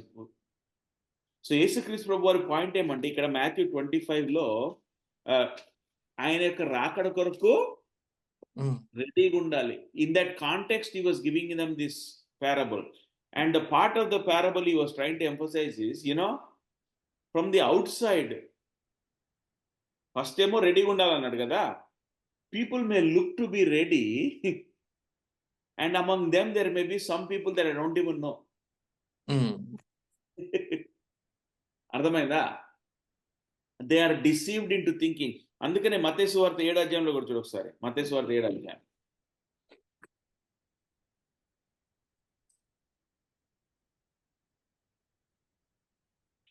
ఏడవ అధ్యాయం 22-23. ఆ దినమందు అనేకులు నన్ను చూచి, ప్రభువా ప్రభువా, మేము నీ నామమున ప్రవచింపలేదా? మీ నామమున దయ్యములు వెళ్ళగొట్టలేదా? నీ నామమున అనేకమైన అద్భుతములు చేయలేదా అని చెప్పుదురు. అప్పుడు మిమ్మల్ని ఎన్నడూ ఎరుగను, అక్రమం చేయవాళ్ళారా నా యొద్ద నుండి పోండి అని వారితో చెప్పారా? అక్కడ వారితో ఏమంటారంట? ఎంతమంది అంటారంట? అది 22వ వచనంలో అనేకులు. కొంతమంది కాదు, అనేకులు. కానీ యేసు ప్రభు వారికి రెస్పాన్స్ ఏమిస్తా అంటే 23లో, నేను మిమ్మును ఎన్నడును. అన్న interesting question. So very interesting topic for me. నాకు క్వశ్చన్ ఉంది బ్రదర్, లైక్ సో ఇప్పుడు ఎన్నడూ ఎరగను అని అంటారు కదా. So my question is, how do we make it like that he knows us? అంటే బిఫోర్ దట్ ఒక్క క్వశ్చన్ ఇది ఫర్ మీ. సో నా నామంలో దయ్యములు వెళ్ళగొట్టలేదా అన్నాడు, రైట్? దయ్యములు ఫర్ సపోజ్ నేను ఉన్నాను అనుకుందా, ఎగ్జాంపుల్, యేసు నామంలో దయ్యములు వెళ్ళగొట్టాను, బట్ ఎట్ ద ఎండ్ దేవుడు ఏం చెప్పేస్తున్నా అంటే, నువ్వు దయ్యములు వెళ్ళగొట్టినా నేను ఎరుగనా అంటున్నాడు. సో యేసు ప్రభు అదే లైక్ పరిసయ్యులు సద్దుకాయల దగ్గర డిస్కషన్ వచ్చినప్పుడు క్వశ్చన్ చేస్తారు. అంటే దయ్యములు వెళ్ళగొట్టడం విషయంలో లైక్ నా రాజ్యం, ఇప్పుడు నువ్వు దయ్యం పట్టడం వల్ల నువ్వు దయ్యములు వెళ్ళగొడుతున్నావు అని చెప్పేసి అంటారు. ఎవరైనా నా రాజ్యం నేనే కూలగొట్టుకుంటానా, నేను ఇప్పుడు ఒకవేళ దయ్యములతో నింపబడితే నీ దయ్యంలో ఎంకరేజ్ చేస్తా కానీ ఎందుకు వెళ్ళగొడతాను అంటాడు. సో ఒక వ్యక్తి దయ్యములను వెళ్ళగొడుతున్నాడు అంటే ఖచ్చితంగా రక్షించబడ్డ వ్యక్తే. ఐ మీన్ ఇప్పుడు రక్షించబడిన వ్యక్తి ఆయన దయ్యంలో ఆయన వెళ్ళగొట్టుకోడు, దయ్యంలో వెళ్ళగొట్టుకోగలదు. ఎంకరేజ్ చేసి ఇంకా ఎట్లా స్ప్రెడ్ చేద్దామనే చూస్తాయి. సో ఆ కాన్సెప్ట్ లో ఇప్పుడు నాకు ఐ మీన్ దయ్యంలో వెళ్ళగొడుతున్నాను అనుకోండి, నేను యేసుక్రీస్తు వ్యక్తినే అయితేనే దయ్యంలో వెళ్ళగొడతాను. అంటే నేను రక్షించబడ్డ వ్యక్తినే, అంటే ఐ మీన్ దేవుని తెలిసిన వ్యక్తిని, దేవుని పక్షపు వాటిని, దేవుని యొక్క గొర్రెనైతేనే వెళ్ళగొట్టగలుగుతాను. సో ఇట్లా అర్థం చేసుకొని ఇప్పుడు నేను రక్షించబడ్డ వ్యక్తిని, అంటే దేవుడు తెలుసు కాబట్టే నేను దయ్యంలో వెళ్ళగొడుతున్నాను. సో ఇట్లా అర్థం చేసుకొని ఇప్పుడు నేను రక్షించబడ్డాను, ఎట్ ద ఎండ్ దేవుడు నన్ను ఎరగని అంటున్నాడు. ఈ కాన్సెప్ట్ లో ఎట్లా అర్థం చేసుకోవాలి ఈ అంటే ఫండమెంటల్ మీ దానికి వస్తుంది చూసి ఒకసారి. ఫండమెంటల్ ఇష్యూ ఏమంటే, అవును దయ్యము, if Satan caste on day Satan he's divided, అది ఇట్స్ నాట్ ఏ దాని ఏమంటారు, యేసుక్రీస్తు ప్రభువు పరిసర సరిగ్గా మాట్లాడినప్పుడు, ఎందుకంటే వారు ప్రభువుని అక్యూజ్ చేశారు, ఈయన దెయ్యముల you know he's driving out by the power of the demons అంటారు కదా. యేసు ప్రభు అంటాడు, కానీ యూదా ఇస్కరియోతు కూడా దెయ్యం నిలగొట్టాడు. అవునా? ఈవెన్ బిఫోర్ యేసుక్రీస్తు ప్రభు వారు వారిని ఇద్దరిని పంపించినప్పుడు వారికి దెయ్యాలు వెళ్ళగొట్టే ఇది ఇచ్చాడు. సో దేవుని వాక్యానుసారంగా విశ్వాసులే దెయ్యాలు వెళ్ళగొడతారని కాదు. Okay, so even God can allow, God will allow unbelievers in order to further them in their deception. మత్తయి సువార్త 7వ అధ్యాయం, నీ నామములో, యేసు ప్రభు నామములో దెయ్యాలని కూడా వెళ్ళగొట్టొచ్చు, కానీ వారికి రక్షణ లేకుండా పోవచ్చు. అది చెప్పేది యేసుక్రీస్తు ప్రభు. అందుకని ఏమంటాడు మత్తయి సువార్త, అక్రమము చేయవారులారా అంటాడు.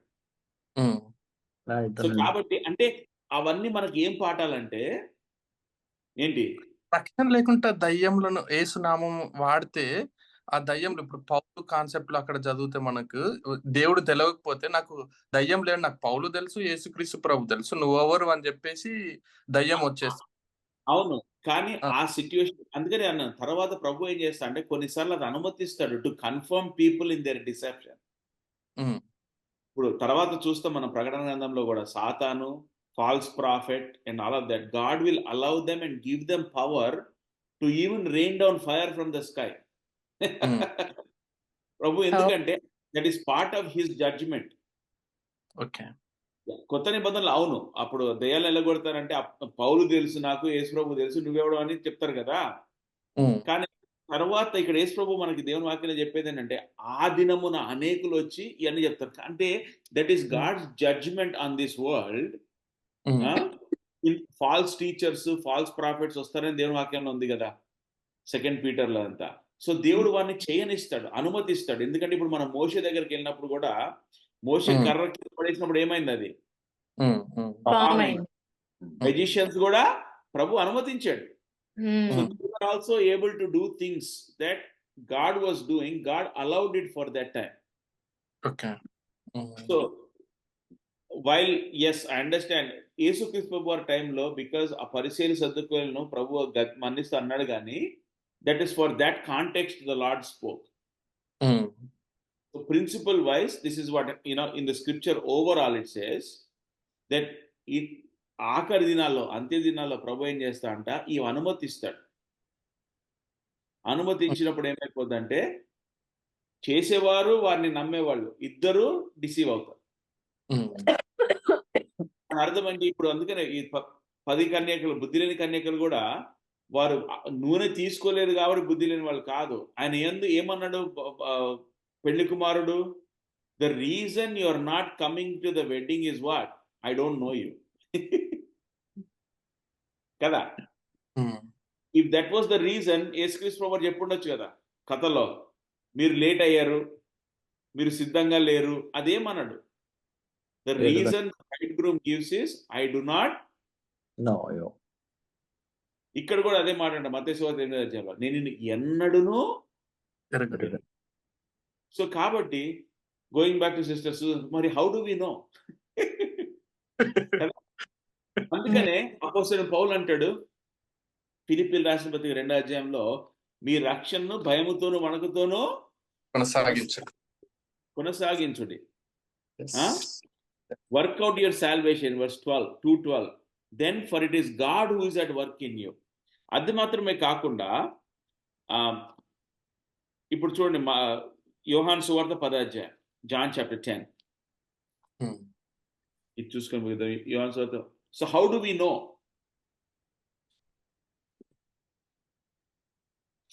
John chapter 10. Verse Through his 27, voice. Ani 27, 28, 29. Yeah. 27. The sheep listen to my voice, and I know them. They follow me.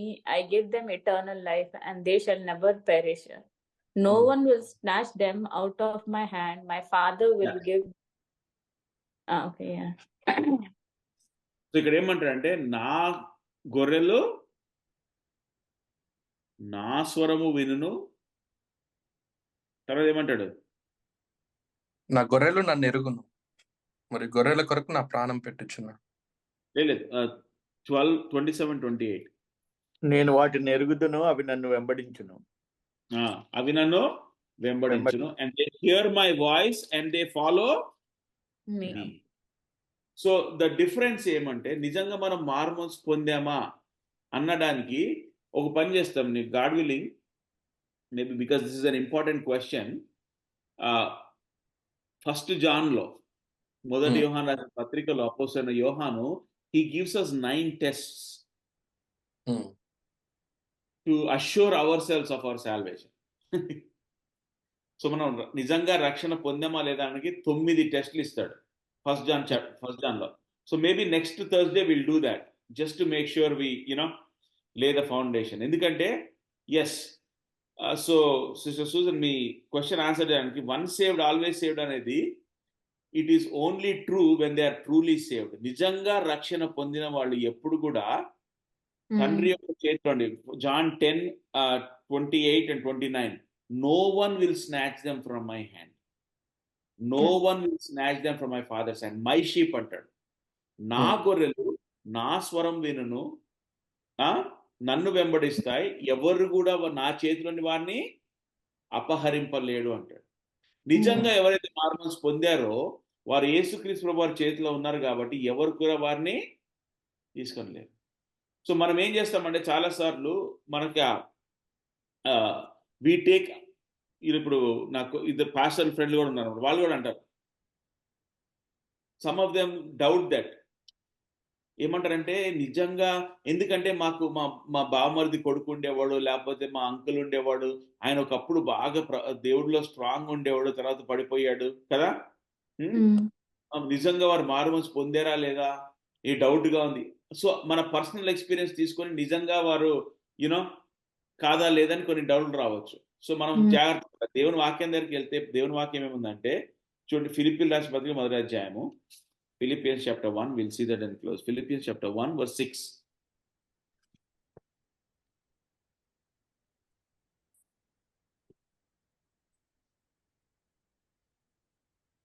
Philippians chapter 1 verse 6. Being confident of this, that he who began good work in you will carry it on to completion until the day of Christ Jesus. Yes. ఎవరు మీలో, తెలుగులో ఏమనుంది, ఈ సత్యాన్ని ఆరంభించిన వాడు యేసుక్రీస్తు దినం వరకు దానిని కొనసాగించునని రూఢిగా నమ్ముచున్నాను. Yeah, he that began a good work will perfect it. యేసుక్రీస్తు వారు మనలో కార్యము ఆరంభిస్తే ఆయన తప్పకుండా దాన్ని కంప్లీట్ చేస్తాడు. That is what it means, one saved always saved. If somebody is really born again, there is nothing, no power in this world that is able to separate them. Yeah, 1 Corinthians 10th chapter ప్రకారం, I mean just reference, ఇశ్రాయేలీయులని దేవుడే start చేశాడు కదా journey, but 6 lakhs people ని అంతం వరకు, అంటే I mean మధ్యలో వీళ్ళ యొక్క ఇది వల్ల ఆపేశాడు కదా, ఐ మీన్ సత్క్రియ ఆరంభించాడు. అది రక్షణ కాదు కదా, అది రక్షణ కాదు. రక్షణ అని 1 Corinthians 10 లో క్లియర్ గా మెన్షన్ చేసింది చదివినప్పుడు. అంటే it was a picture. 1 Corinthians 10 లో వారికి the rock that followed them, all of them went to they experience the physical blessing. కానీ ఇది యేసుక్రీస్తు ప్రభు వారి చేత, ఆయన యొక్క రక్తం చేత కొనబడిన వారు కాదు. వారిని ఐగుప్తు నుండి ప్రభు నడిపించింది to make them A example for us. ఒక్కసారి నాకు సహోదరులారా, ఈ సంగతి మీకు తెలియకుండా నాకు ఇష్టం లేదు. అదేదనగా మన పితరులందరూ మేఘం క్రింద నుండి వారందరూ సముద్రంలో నడిచిపోయిరి. అందరూ మోషేను బట్టి మేఘంలోను సముద్రంలోను బాప్తిజం పొందిరి. అందరూ ఆత్మ సంబంధమైన ఒకే ఆహారం భుజించిరి. అందరూ ఆత్మ సంబంధమైన ఒకే పానీయం పానం చేసిరి. ఏలైనగా తమను వెంబడించిన ఆత్మ సంబంధమైన బండలోనిది త్రాగిరి. ఆ బండ క్రీస్తే. అంటే ఆ క్రీస్తు బండలోది తాగారు అంటే క్రీస్తే కదా వారికి రక్షణ ఆధారం.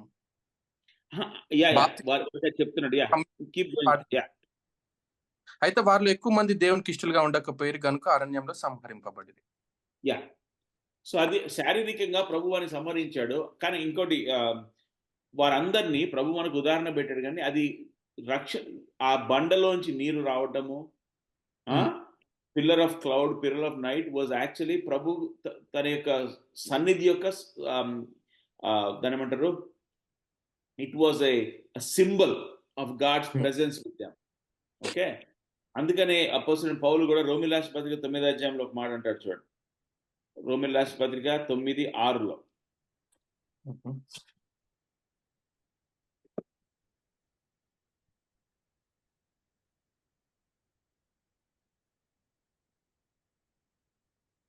అయితే దేవుని మాట తప్పిపోయినట్టు కాదు. ఇజ్రాయేలు సంబంధులందరూ ఇజ్రాయేలీలు కారు. ఫస్ట్ 5 verses లో వాడికి ప్రభువు ఇచ్చిన బ్లెస్సింగ్స్ అన్ని చెప్తాడు. ఓకే, సో అందుకనే పరిసయ్యులు కూడా ఏమనేవారు, మేము అబ్రహాము సంతానం అన్నాడు కదా. కానీ ప్రభు వారిని కూడా ఖండించాడు కదా. సో ఇక్కడ అపోస్తలుడైన పౌలు ఏమంటాడంటే, ఎస్, వారిలో చాలా మందిని అలాగూ వారందరికీ జనరల్ గ్రేస్ చూపెట్టాడు. వారందరికీ ఫుడ్ ఇచ్చాడు, వారందరికీ వాటర్ ఇచ్చాడు కదా. కానీ దాంట్లో కొంతమందిని ప్రభు తన కొరకై ఏర్పరచుకున్నాడు. ఏంటి, ఆ మిగతా వారు ఎవరైతే డిస్ట్రాయ్ అయ్యారో అది మిగతా వాళ్ళకి పాఠంగా ఉండడానికి ప్రభు వాడుకుంటూ వచ్చాడు. అందుకని అపోస్తలుడైన పౌలు రోమీయులకు పత్రికలో అంటాడు, వారు just because they came from Israel they are not true Israel. తర్వాత ప్రభు వారిలో శేషాన్ని రక్షించుకున్నాడు. అందరూ బాప్తిజం పొందిరి అన్నాడు కదా. సో అందరూ రక్షించబడ్డ వాళ్ళు. అది అంటే మనం అర్థం చేసుకున్నట్టు న్యూ టెస్టిమెంట్ సాల్వేషన్ కాదు. అంటే త్రాగినారంటే క్రీస్తు అని క్లియర్ గా, ఆ బండ వాట్ ఎవర్ దే డ్రింక్ అది ఆ బండ క్రీస్తే అని మెన్షన్ చేశాడు. కాబట్టి క్రీస్తు యొక్క ఆత్మలో ఆత్మ సంబంధమైన బండలోని త్రాగిరంటే క్రీస్తులో పాలివారస్తులు అయినట్టే కదా. అంటే that was a picture for them of the Christ that is to come. ఆఖరికి మెస్సయ్య వారి ద్వారా వస్తాడు అన్న సూచన వారి ప్రభు వారికి ఇచ్చాడు. అవును, కానీ నిజంగా ఇప్పుడు మనం కొత్త నిబంధనలో సంఘం స్థాపింపబడిన తర్వాత బాప్తిసం అనేది, తర్వాత the way we are experiencing Christ is not how they did. అది కానీ అందుకనే పౌలు అంటాడు వారిని మనకి ఎగ్జాంపుల్ గా పెట్టాడు. ఎందుకంటే వారు ప్రభు ప్రజలయ్యారు, ప్రభు వారినే నాశనం చేస్తే ఇప్పుడు కొత్త నిబంధనలో ఉన్న మనము ఇన్ని తెలిసి కూడా ప్రభువుకి ఇట్లా విరోధంగా వాళ్ళు ఆడినట్లు, వాళ్ళు గొలిగినట్లు, మనము వాళ్ళు చేసినట్టు చేస్తే ఏంటి, ప్రభు మనల్ని కూడా డిసిప్లిన్ చేయాలి కదా అన్న పాయింట్ చేస్తున్నాను మనం అక్కడ. ఓకే, సో కాబట్టి next week will just dive a little bit deeper into that one saved always saved. నిజంగా రక్షణ అంటే ఏంటి, దేవుని వాక్య ప్రకారం ఎట్లా మనం ఇవాల్యుయేట్ చేసుకోవచ్చు, ఆ క్వశ్చన్స్ మనం.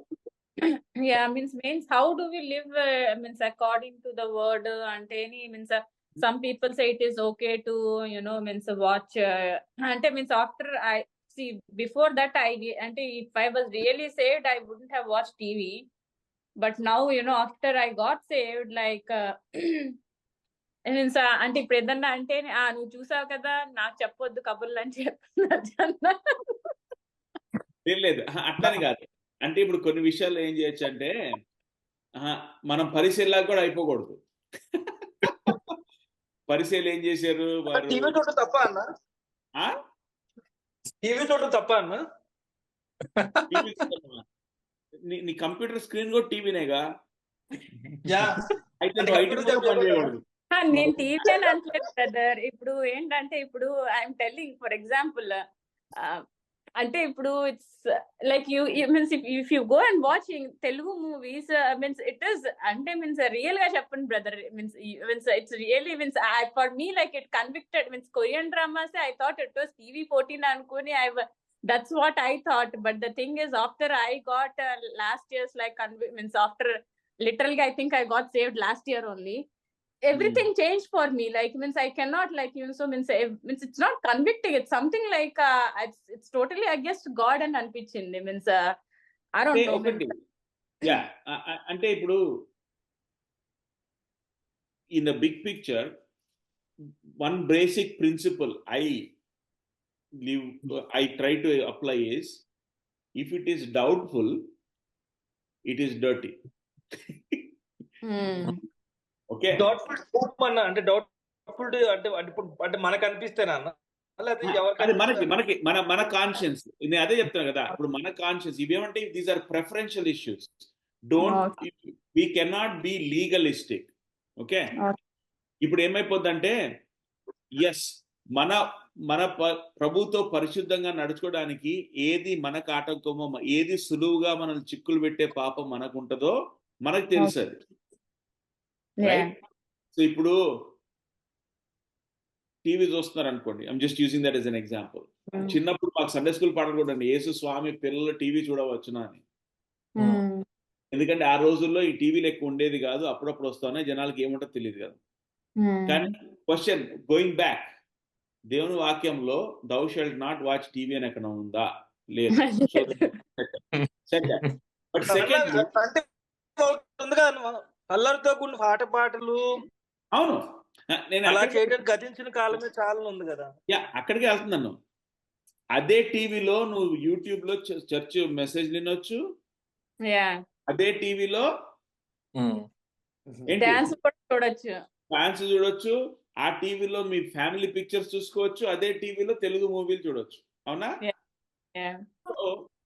The question is not TV చూడవచ్చా లేదా అనేది.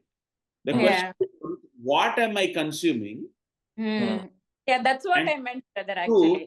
And two, is my conscience bothering me for that?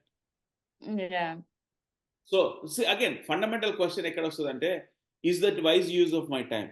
So let's start there. If I can be doing something more beneficial for me spiritually, then it's not a sin issue, it's a preference issue to say what helps me grow more in the Lord. అంటే మనం ఒక్కసారి see, one of the things we have to be careful, what the Bible calls sin, we have to be careful to call it sin. What the Bible does not call sin, we should be careful not to call it sin, because my preference, what causes me to sin in a preference issue may not be. ఇప్పుడు నాకు అనుకోండి, ఇప్పుడు for example నేను I eat meat. Okay, let me just put that out there. So I eat meat. Okay, I can eat meat without having any conscience issue. If there is somebody who only eats vegetables, right? For them this is a problem, right? Yes, sir. So if I like that, I cannot look at the brother that does not like meat and go, you're sinning because you're not eating what God has given you. No, there is no scripture where it says thou shalt eat meat or thou shalt not eat meat, or thou shalt eat vegetables or thou shalt not. That's okay, right? It is given to them the freedom within that to make those choices. So, but if we go against our own conscience, the Bible says very clearly, if we go against our own conscience, it is sin to us. Yes, sir. If my conscience is convicting me of something, then I should stop doing that. Okay. అది అన్న that is the అట్లయితే మరి కొంతమంది Americans లేకపోతే మన friends కూడా ఏమంటారంటే బిలీవర్సే cinema చూడటం వల్ల తప్పేముంది, we are not implement that in our life కదా, that's kind of entertainment and that where అంటే చూసుకున్న తర్వాత వెంటనే వీళ్ళు ఫర్గెట్ కదా అంటారు. Yeah, సో హౌ కెన్ అదే అంటున్నాను. ఇప్పుడు అదే అంటున్నాను, for some people it is not a conscious issue, it does not bother them. They may, ఇప్పుడు ఫర్ ఎగ్జాంపుల్ ఒక అమెరికన్ పాస్టర్ ఉన్నాడు, ఓకే, ఆయనకి హిందీ మూవీస్ ఇష్టం అంట, ఓకే, కాదు, ఆయన క్లియర్ గా చెప్తాడు ఏమని, I don't understand a word they are saying, I don't understand anything that is going on, I just like the colours. అది బ్రదర్ అంటే means I agree with that means He says it is very colorful. So basically, just watching the colors really doesn't do. But he just, he just says, okay, that just makes me interesting because it's a different culture, ante, right? But for somebody that is movies, because before they came to know the Lord, they watched a lot of movies and it had a very bad impact on them mentally. For them to watch every time they go there, it may cause them to get back those old memories or bring back those sinful tendencies in their lives, and they have to not do that in order to protect themselves. Andukani antadu kada, if your eye offends you, cut it off. If your hand offends you, cut it off. That means they may have to take those decisions in order to maintain their purity. Okay. Adanమాట. So these are individual preferential issues, and again, it is also the same thing as families, right? You say, okay, we won't watch movie as a family. That's okay. That's perfectly fine. కానీ మన హృదయం ఎట్లా పనిచేస్తుంది అంటే, చూసేవాడిని మనం ఏదైతే చేయమో అది వేరే వాళ్ళు చేస్తే వాళ్ళని చూసి వాళ్ళు పెద్ద పాపలు అనుకుంటాం.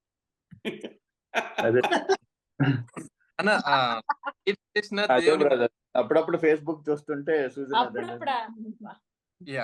ఒకటంటే ఇప్పుడు చూసే వాళ్ళని కూడా వాళ్ళకి ఇట్స్ నాట్ రాంగ్ అనిపించినప్పుడు దే కెన్ డూ ఇట్ అని అనుకున్నాం కదా. సో మనం ఏది చేసినా దేవునికి మహిమ నిమిత్తము చేయమని చెప్పేసి ఉంది కదా. సో అది వాచ్ చేయడం వల్ల, ఫర్ సపోజ్ హిందీ మూవీ ఉంది, నేను ఒక 3 hours కూర్చొని వాచ్ చేస్తాను, దాని వల్ల దేవునికి వచ్చే ఉపయోగం ఏంటి? అదే that's why I said it's a personal conviction. వాళ్ళు they may not have grown yet to the point where, okay, of course, they are not personally convicted by it. Adi na anedi. Okay. ఇప్పుడు చూడండి, ఇప్పుడు for example ఇప్పుడు మనం ప్రభు మన America తీసుకొచ్చాడు, అవునా? So he by God's grace we have more resources at our hand than many people in India, అవునా? Okay. So we buy 3,000 plus square feet homes. ఇండియాలో ఒక పాస్టర్ ఉండొచ్చు, లేకపోతే పూర్ పీపుల్ ఉండొచ్చు. మీకు ఇక్కడ 100 square feet ఇళ్లలో పెరిగి అక్కడ పోయి అంతంత ఎందుకు కొనుక్కుంటారు? మీరు పాపం చేయట్లేదా? మీరు ఉన్న డబ్బంతా మీ మీద వాడుకుంటున్నారు, నెలకి ఇంత కడతారు ఎలక్ట్రిక్ బిల్లు, అది చెప్పారు అనుకోండి. I'm just using that as an example. There may be some believers that say, my conscience, నేను ప్రభు పరిచయకు వాడతాను కాబట్టి నేను 1,200 square foot అపార్ట్మెంటే కొనుక్కుంటాను, నేను మిగతాదంతా ప్రభుకి ఇస్తాను. That is their conscience conviction. కొంచెం పెద్దలు కొనుక్కున్నందుకు వారు పాపం చేస్తున్నట్టు కాదు. God has given them a different set of convictions. It is between them and the Lord. Because there is no mandate in scripture that says that if you live in a 1,000 square foot home, you are more holy or more distinct than if you live in a 3,000 square foot home. Right? As long as they are faithful to the resources God has put in their hands, it is an accountability between them and the Lord. Ante kada. So same principle is the same. Conscious, kontamandi enante they may not be that far along in their Christian journey where their conscience doesn't bother them about that,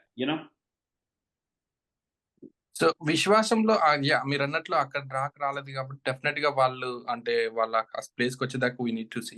but the thing ఏంటంటే నేను full గా సినిమాలు అవన్నీ watch చేసేవాను before 2020, 2019 before. But when నాకు ఒక ఆత్మీయతలో కొంచెం ఒక స్టెప్ ఎదుగుతున్న కొద్దీ, దేవుని దగ్గర అవుతున్న కొద్దీ నాకు అదంతా చెత్త ట్రాష్ అనిపించింది, అన్నెసరీ టైం వేస్ట్, నాకు ఉపయోగం లేదు అని రియలైజ్ అయ్యాను. Then I stop. ఎవ్రీబడి అంటే వేరే వాళ్ళ విశ్వాసంలో ఆ ప్లేస్ కి వచ్చేదాకా లైక్ కాన్షియన్స్ నాకు 2018 లో 17 లో చూసినప్పుడు నాకు అనిపించలేదు, మీరు నా కాన్షియన్స్ ఏం కాదులే చూస్తున్నాం, జస్ట్ 3 hours టైం అనిపించింది. బట్ లేటర్ ఆన్ దట్ ఈ స్టేజ్ లో ఏమనిపిస్తుంది, అది అసలు అవసరం లేదు, అన్నెసరీ అనిపిస్తుంది. So we also need to wait for the believers ఆ ప్లేస్ దాకా వచ్చేదాకా. But at the same time వాళ్ళ కాన్షియస్ అట్లా వాళ్ళకు నేరం మోపట్లేదు కాబట్టి మనం వదిలేకుండా వీ ఆల్సో మనం కూడా వాళ్ళకి అంటే దీని వల్ల ఉపయోగం లేదు అని సంథింగ్ ఆర్ ది అదర్ అంటే చెప్పడం. మనం ఉదాహరణగా ఉండొచ్చు, ఉదాహరణగా ఉండొచ్చు మనం వారికి.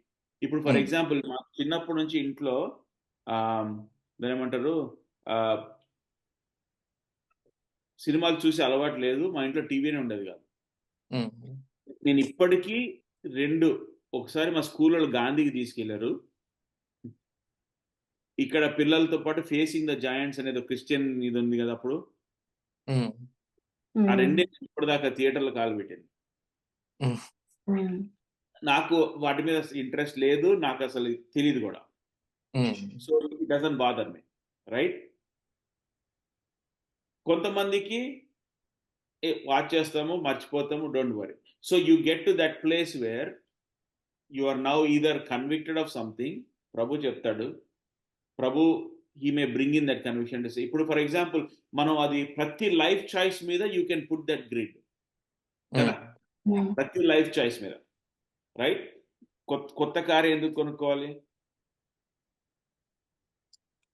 కొత్త ఇల్లు ఎందుకు కొనుక్కోవాలి, వెకేషన్కి ఎందుకు వెళ్ళాలి, ఈ బట్టలు ఎందుకు కొనుక్కోవాలి. So everything you can begin to question that and say you know. But ప్రభు ఈ లోకంలో మనకి ఇచ్చిన రీసోర్సెస్ కూడా is for us to enjoy the blessings of God. He says ఏది చేసినా దేవుని మహిమ కొరకు చేయండి, రైట్?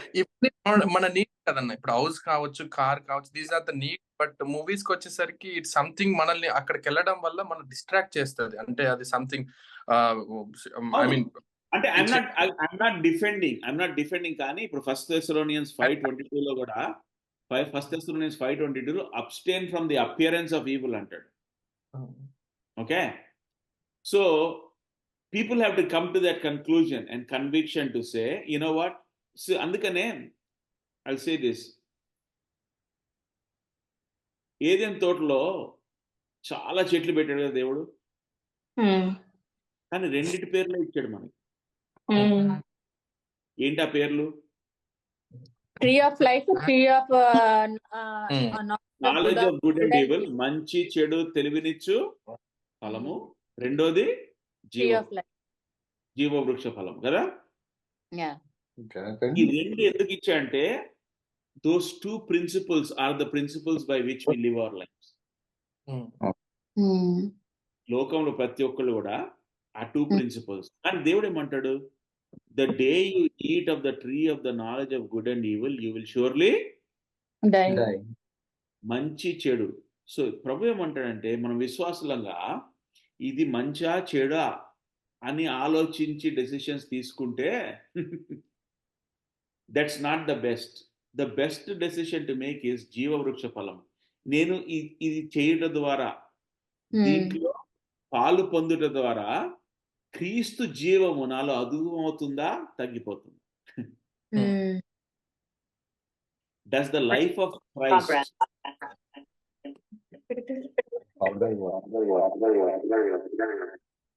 రమేష్ అన్న ఫోన్ యాడ్ అయింది, అది పవర్ అయిపోతుంది అక్కడే, అందుకే. Okay, so does the life of Christ increase in me or does it go down? ఆ విధంగా ఇవాల్యుయేట్ చేస్తే అప్పుడు నేను అన్నట్టు మనం ప్రతి క్వశ్చన్ అడుగుతామంటే, ఓకే నేను ఈ వాచ్ చేయడం ద్వారా నాకు ఏమైనా స్పిరిచువల్ బెనిఫిట్ ఉందా లేదా, అది మంచా చెడ్డా కాదు.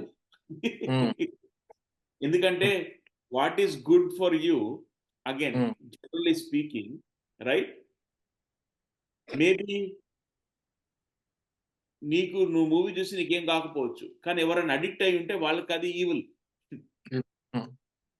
So it's not about whether it's good or evil, but rather use it to say by doing this or not doing this, does it help me grow spiritually or not? Okay brother, means అదే అంటే that's what I think means that's what means mainly like you know means why means I think I should not be like means ఇప్పుడు మా పిల్లల విషయంలో means I am telling means I complain, but the thing is they are not yet to the point where I am at. So means yeah, No, actually, what happens is we give them a grid for convictions. So you develop a conviction.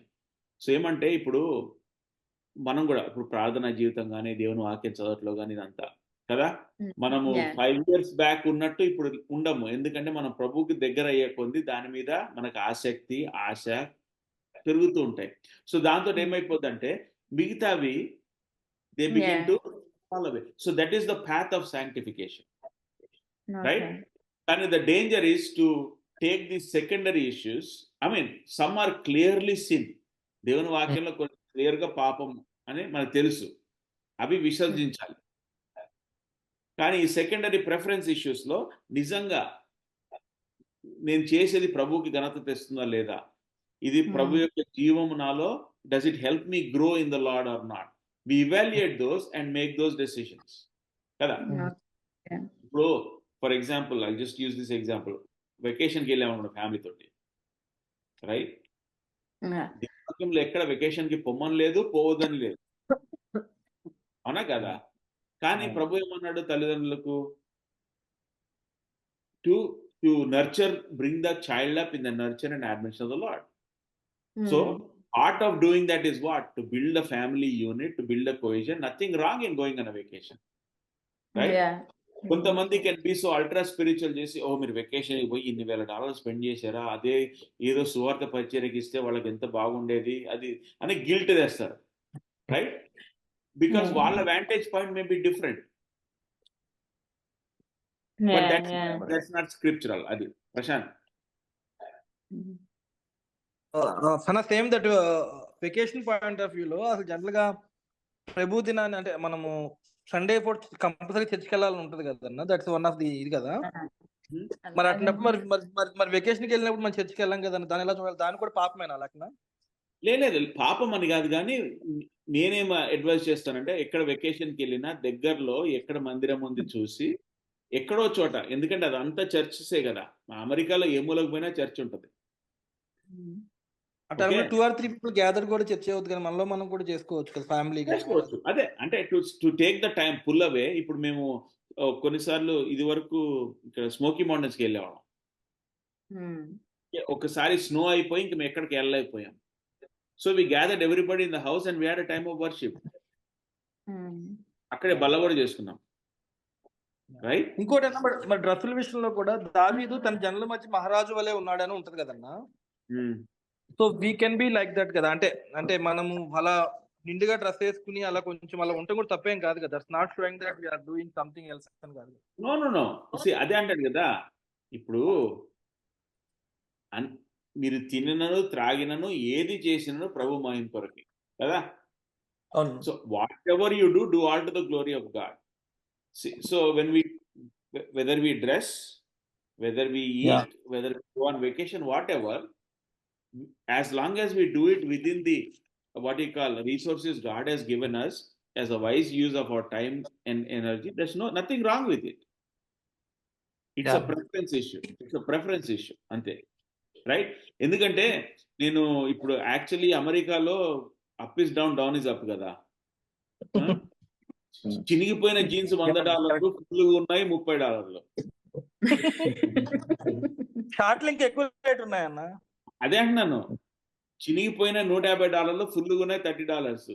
ఏంటి చినిగిపోయిన వాళ్ళేమో, చినిగిపోయిన jeans వేసుకునే వాళ్ళేమో కొన్నిసార్లు దాని ఏమంటారు, పాపం పేదలేమో అనుకుంటారు India నుంచి తెలియని వాళ్ళు వస్తే, రైట్? అంటే నౌ ద కల్చర్ అదే కానీ ఎంత తక్కువ బట్టలు వేసుకుంటే దే ఆర్ అంత గొప్ప. మీరు చూడండి. కానీ అంటే నేను అనేది ఏమంటే, ఫుల్ గా డ్రెస్ అయ్యి ఉన్నారు, నీట్ గా డ్రెస్ అయ్యి ఉన్నారంటే చిరగకుండా చక్కగా నీట్ గా డ్రెస్ అయ్యి ఉన్నారు. యాక్చువల్లీ వాళ్ళ డ్రెస్ చీప్ ఉండొచ్చు చినిగిపోయిన దానికంటే. That's my point. Yeah. So it's not about, do we honor the Lord? That is the question. Yeah. God willing, next week we will do 1 John very quickly to see what it means to be a, truly saved. Saved or to know what we are, how to test whether we are truly saved. To answer that question, and then we will go back to the church at Pergamum. Okay. sure. Thank you, Anna. See you.